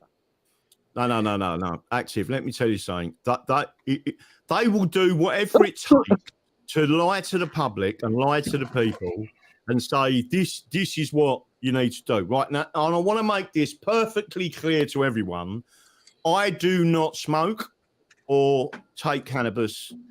I'm not involved with cannabis at all, right? I mean that. Genuinely, I do not smoke cannabis. I do not have the funny little bears. I do not have it in cakes, and I don't do anything else with it. I don't even bong it, right? But I know people who do. I'd rather be at a party with 10 geezers puffing, right, than drinking Scotch whiskey. You're kidding me. You ain't going to get a fight. Can you imagine Active that he's had a few fucking puffs and someone annoys him? He just sit there giggling at him, right? The Indians in America used to pass around the peace pipe. Why did they do that? Because I can tell you a funny story. Oh, I shouldn't tell you this story. No, tell me, you're killing me. No, I can't tell you this story. Right. Tell me. Right. The one time that I had a smoke, I was going over someone's house, right? This is once. In other words, I'm certainly not a habitual user. It mate had a bit of gear, but he put it raw, right? No tobacco in it. I'd given up smoking, right? I mean, giving up tobacco, right? But at the time, I was having severe problems with someone who just happened to be in my family. She just happened to be a lesbian. She was associated with someone and they was causing problems. She basically nicked 120 grand off me. I didn't like her very much. Again, big gangster. I never did anything to her. Nothing happened, right? But let me just say this, Job. I hated her. I just thought, you dirty, no good shitbag, right? Everything that she'd done, she caused a lot of problems in the family. And again, you know, we accepted her and this other person as being homosexual, even though I'm a Christian, all of these things. And we, you know, let live and let live, right? But she done this. Anyway, cut a long story short, I'm ranting about this bird and I'm driving with me, mate. We're going to a meeting somewhere. To see another mate, and he said, "Go on, have some of this, right?" So I went, "Oh, fuck it." I said, "I've given up smoking." He said, "It's only got a drawer in it. It ain't got no tobacco, right?" I smoked. I had 3 puffs of this, right, and it was strong, blue cheese, right? 3 puffs, right? And within 20 minutes, we were still driving up the motorway, going to this meeting, and I went, fuck it, she's all right, and I ain't, right, you know. My attitude to her was completely different. And he looked at me and he said, "What did you just say?" And I said, "No, she's all right," and all that. And he went, "Have you had a fucking E or something?" I said, "No, all right." Fucking 20 minutes ago, you wanted a fucking killer. He said, "Now, 3 puffs on that." Oh, Jesus, well, that's why they used to smoke the peace pipe in America, the Indians, because they could chill out and think, right? And that's why I'm saying. The government are planning to get everyone doped up because they're gonna have no use for them because we're useless eaters. No, I think you're wrong. I think they've got different plans. I think they've got different plans. Illegal. You think they're gonna make it more illegal? Right, yeah. So they're going to try and stop immigration and all that bollocks. So they'll make the sentences higher because the Albanians are running all the drug gangs in the UK at the minute, yeah? If you look in the papers every day, you see Albanian drug gangs being sentenced for growing cannabis on multiple scales. Vietnamese as well. They're the highest population. Yeah, but the Vietnamese, you got to remember, the Vietnamese are used by the Albanians just to grow the weed. They're fucking trafficking. They're forced into labour to do it. I know that because I know people that boots the doors in to rob these grows. So the little Vietnamese run out the back door. Yeah. Oh yeah, that's again. It's all. And again, I don't want to. What I'm saying is, it's all of it is controlled. I don't like drug dealers. People, you'll find that people that deal in cannabis are a different class and nicer people. Yeah. I don't know anything about drug dealing. I don't get involved with it. But you'll get nasty people. 1 minute, what? Nobby Noble, I missed him in York when I went and met you, Daddy. He's got 10G of fucking good weed for me. I'm coming back to York tomorrow. I pay for a train to York just to get the 10G off you, Nobby. Really? Royal Mail's the biggest dealer on the internet, you know, Nobby. Not Nobby veteran Nobby. What about Nobby from York? Oh, right. Well, so anyway, let me just say this, right? Generally, the people who deal in cannabis are nicer people. There's no shootings. There's no nasty this. There's no stabbing unless you come into London, right? And then a certain group of people, they're all stabbing each other to try and get hold of the dealing phone, right? Because it's got all the contacts on it. That phone and them contacts is worth more money than cocaine to these other people, and they'll stab you up the arse to get to that phone. That's what most of this shit is all about in London, right? But what I'm saying to you is people who deal in Class A drugs, in heroin, in cocaine, it is heavy, right? heroin is not good to anyone. I'm telling you now. Life destroyer. The British used it to subjugate China, right? And you had the heroin wars. You could go into the history of that and see who these people were and what they did, right? Then the nasty, horrible people, right? So when people go and get 50 years, and now Trump has turned around and said, anyone dealing in trafficking in drugs, right, including fentanyl, we're bringing back the death. We're going to give them the death penalty, and it's going to be a quick trial. You're gone. I have got no issues with that, but I'm not sure how that went down with the American people, because they already have the death penalty. But it'd be like someone saying to me, I'm a Christian, right? I am a Christian. And I could go into the story about that. I died. I was in a coma. I went to the other side. I see God, and I see my mum who died a year before. People were praying for me, and I come back, right? My point to everyone is, and then there's a bigger story to that, but my point to everyone is, I am a Christian. But if you say to me, should we execute paedophiles? My answer is yes. Yes. Yes. 100%. We need to execute them. They're no good to anyone. They shouldn't be on the planet. God didn't intend for them to exist in the way that they have, right? They need to go, right? Paedophilia is not a sexuality. They are fucking nonsense. And they, when you attack a child, right, you deserve to get hung. That's it. Slowly. Hey, Daddy, do you think cannabis should be criminal? Do you think cannabis should be legal? Legalizing it and decriminalize it are two different things. I would certainly decriminalize it. I would not want anyone charged and processed for using or growing homegrown cannabis. Is the answer. I don't listen. If someone, I can tell you now, right? Not that I've ever done it. It's a bit like gardening, isn't it? People get into gardening, don't they? They love growing. They love, go out and look, and they're looking after the tomatoes and, and putting in their potatoes, and they're loving it, right? What's wrong with growing a fruit called cannabis, a bud, and then having a little deal with your mate and say, I can grow a bigger bud than you, right? And mine's got more TNC, and you just look at them and you say, why can't they do that? I'll hold you there. The reason being is, did you know that United Kingdom is the biggest exporter of cannabis? Yeah, We in grow the biggest EU cannabis. is. Right. Yeah, Can I be devil's advocate? You know whose husband? You know whose husband it is doing Theresa that? May's husband. Yeah. Theresa May's husband. It is In Norfolk. As far as I know, and I haven't looked into this recently, the UK is the largest exporter of cannabis in the world.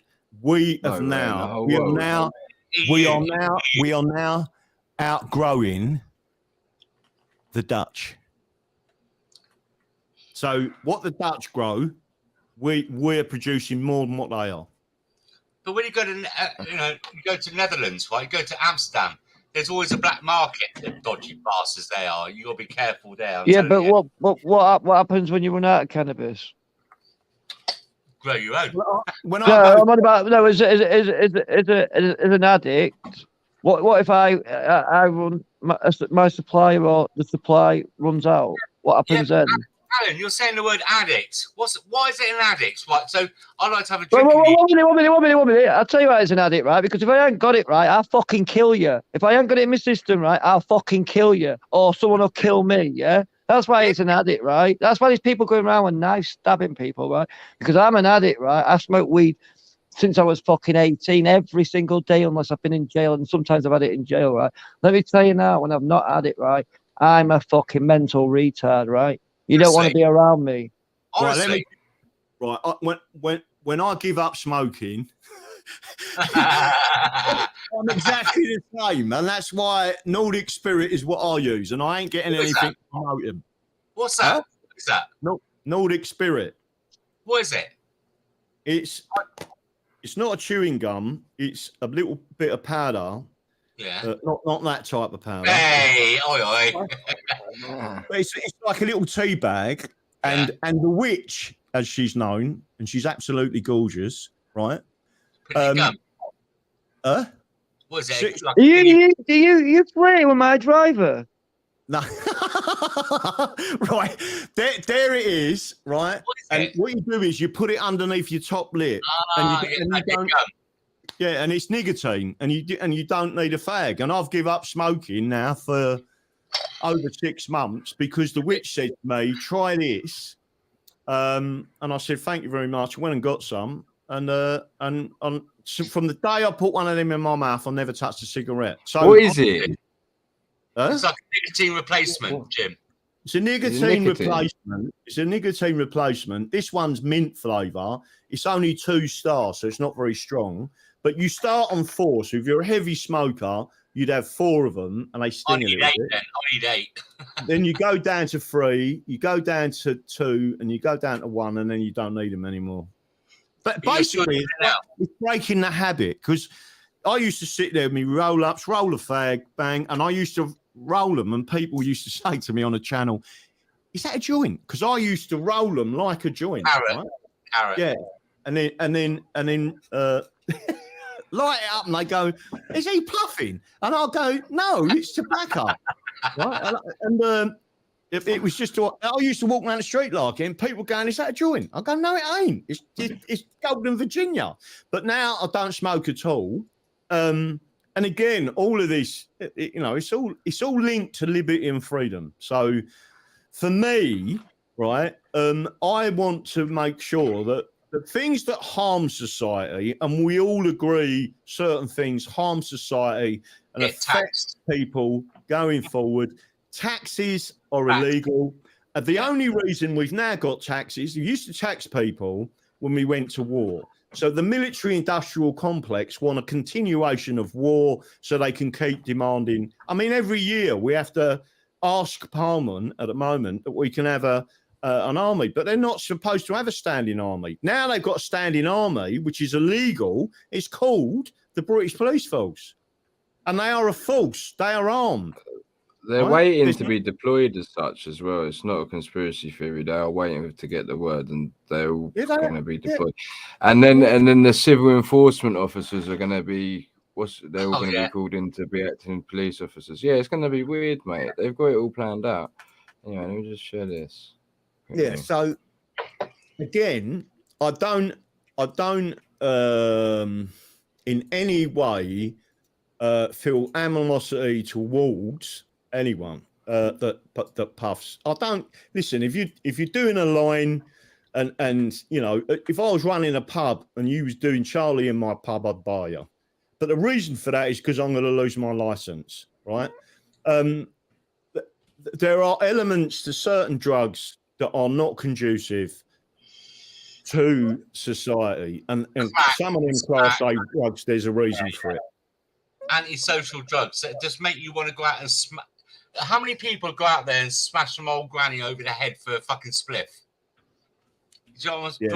I don't know. I've known some pretty ratty and erratic characters over a bag of weed, mate. You'd be surprised at how fucking mate. Fucking hell, mate. Yeah. Yeah, but they changed the THC on it. When I was a kid back in the day, I've been in jail for fucking knocking out weed and pills and a bit of speed to my mates. Recreational drugs. We just go out fucking partying. I thought you was gonna say your missus then, to be fair. Yeah, that as well. Anyway, you fucker. And I couldn't get when I was a kid, when I was 20 odd years, I couldn't get rid of weed. Nobody wanted it. They wanted soap bar or Lebanese, those kind of things. And as for weed, it'd be things like Northern Lights. It's a nice buzz. But this fucking super skunk they got going on now. Fuck it. I mean, about 10 years ago, my mate said to me, have a couple of drags of this. I was walking through a park. And I haven't done it for about 5 years or so. I got a couple of drags. I got home. My missus fucking, look at you fucking idiot. Look at you, mullered. I couldn't move. It's evil. That new stuff they got going on now. That's the stuff you like, isn't it, Alan? That's your favourite sort of stuff. Of course it is. The stronger the better, mate. Fucking hell. Right, listen, boys. I tried to sort of warn everyone a little while ago. I didn't really bring it up with you lot, but I'm actually quite tired. It's nearly 4 hours. I feel like that's a good enough thing, mate, for all the boys. So, Daddy Dragon, thanks for gracing us with your presence and telling us what Love the Daddy, crack was mate. back in the We need day. a catch up, mate. Yeah, no, Daddy. definitely. No, I want to buy you a Christmas present, but it involves you coming to my town. Okay. It's the Docks Brewery Beer House. What puts on events, and I want to brew your own beer. Oh, really? Yeah, it's just a beer you like as well. Well, if I can pull one of them absolutely gorgeous northern birds, I'll definitely be up there. Yeah, they've all got no teeth like me. Well, that's even better, isn't it? For a couple of things I can think of. Oh yeah. Then again, it's better when you're getting a stuck without no teeth, mate. To be honest with you. Oh, Alan, there's only need. Daddy loves right, it. Daddy only wants to come down because he knows a witch will be driving him there. Ooh. Thanks for watching, guys. Hey, Graham, See before you you go, later. I'm looking back. Huh?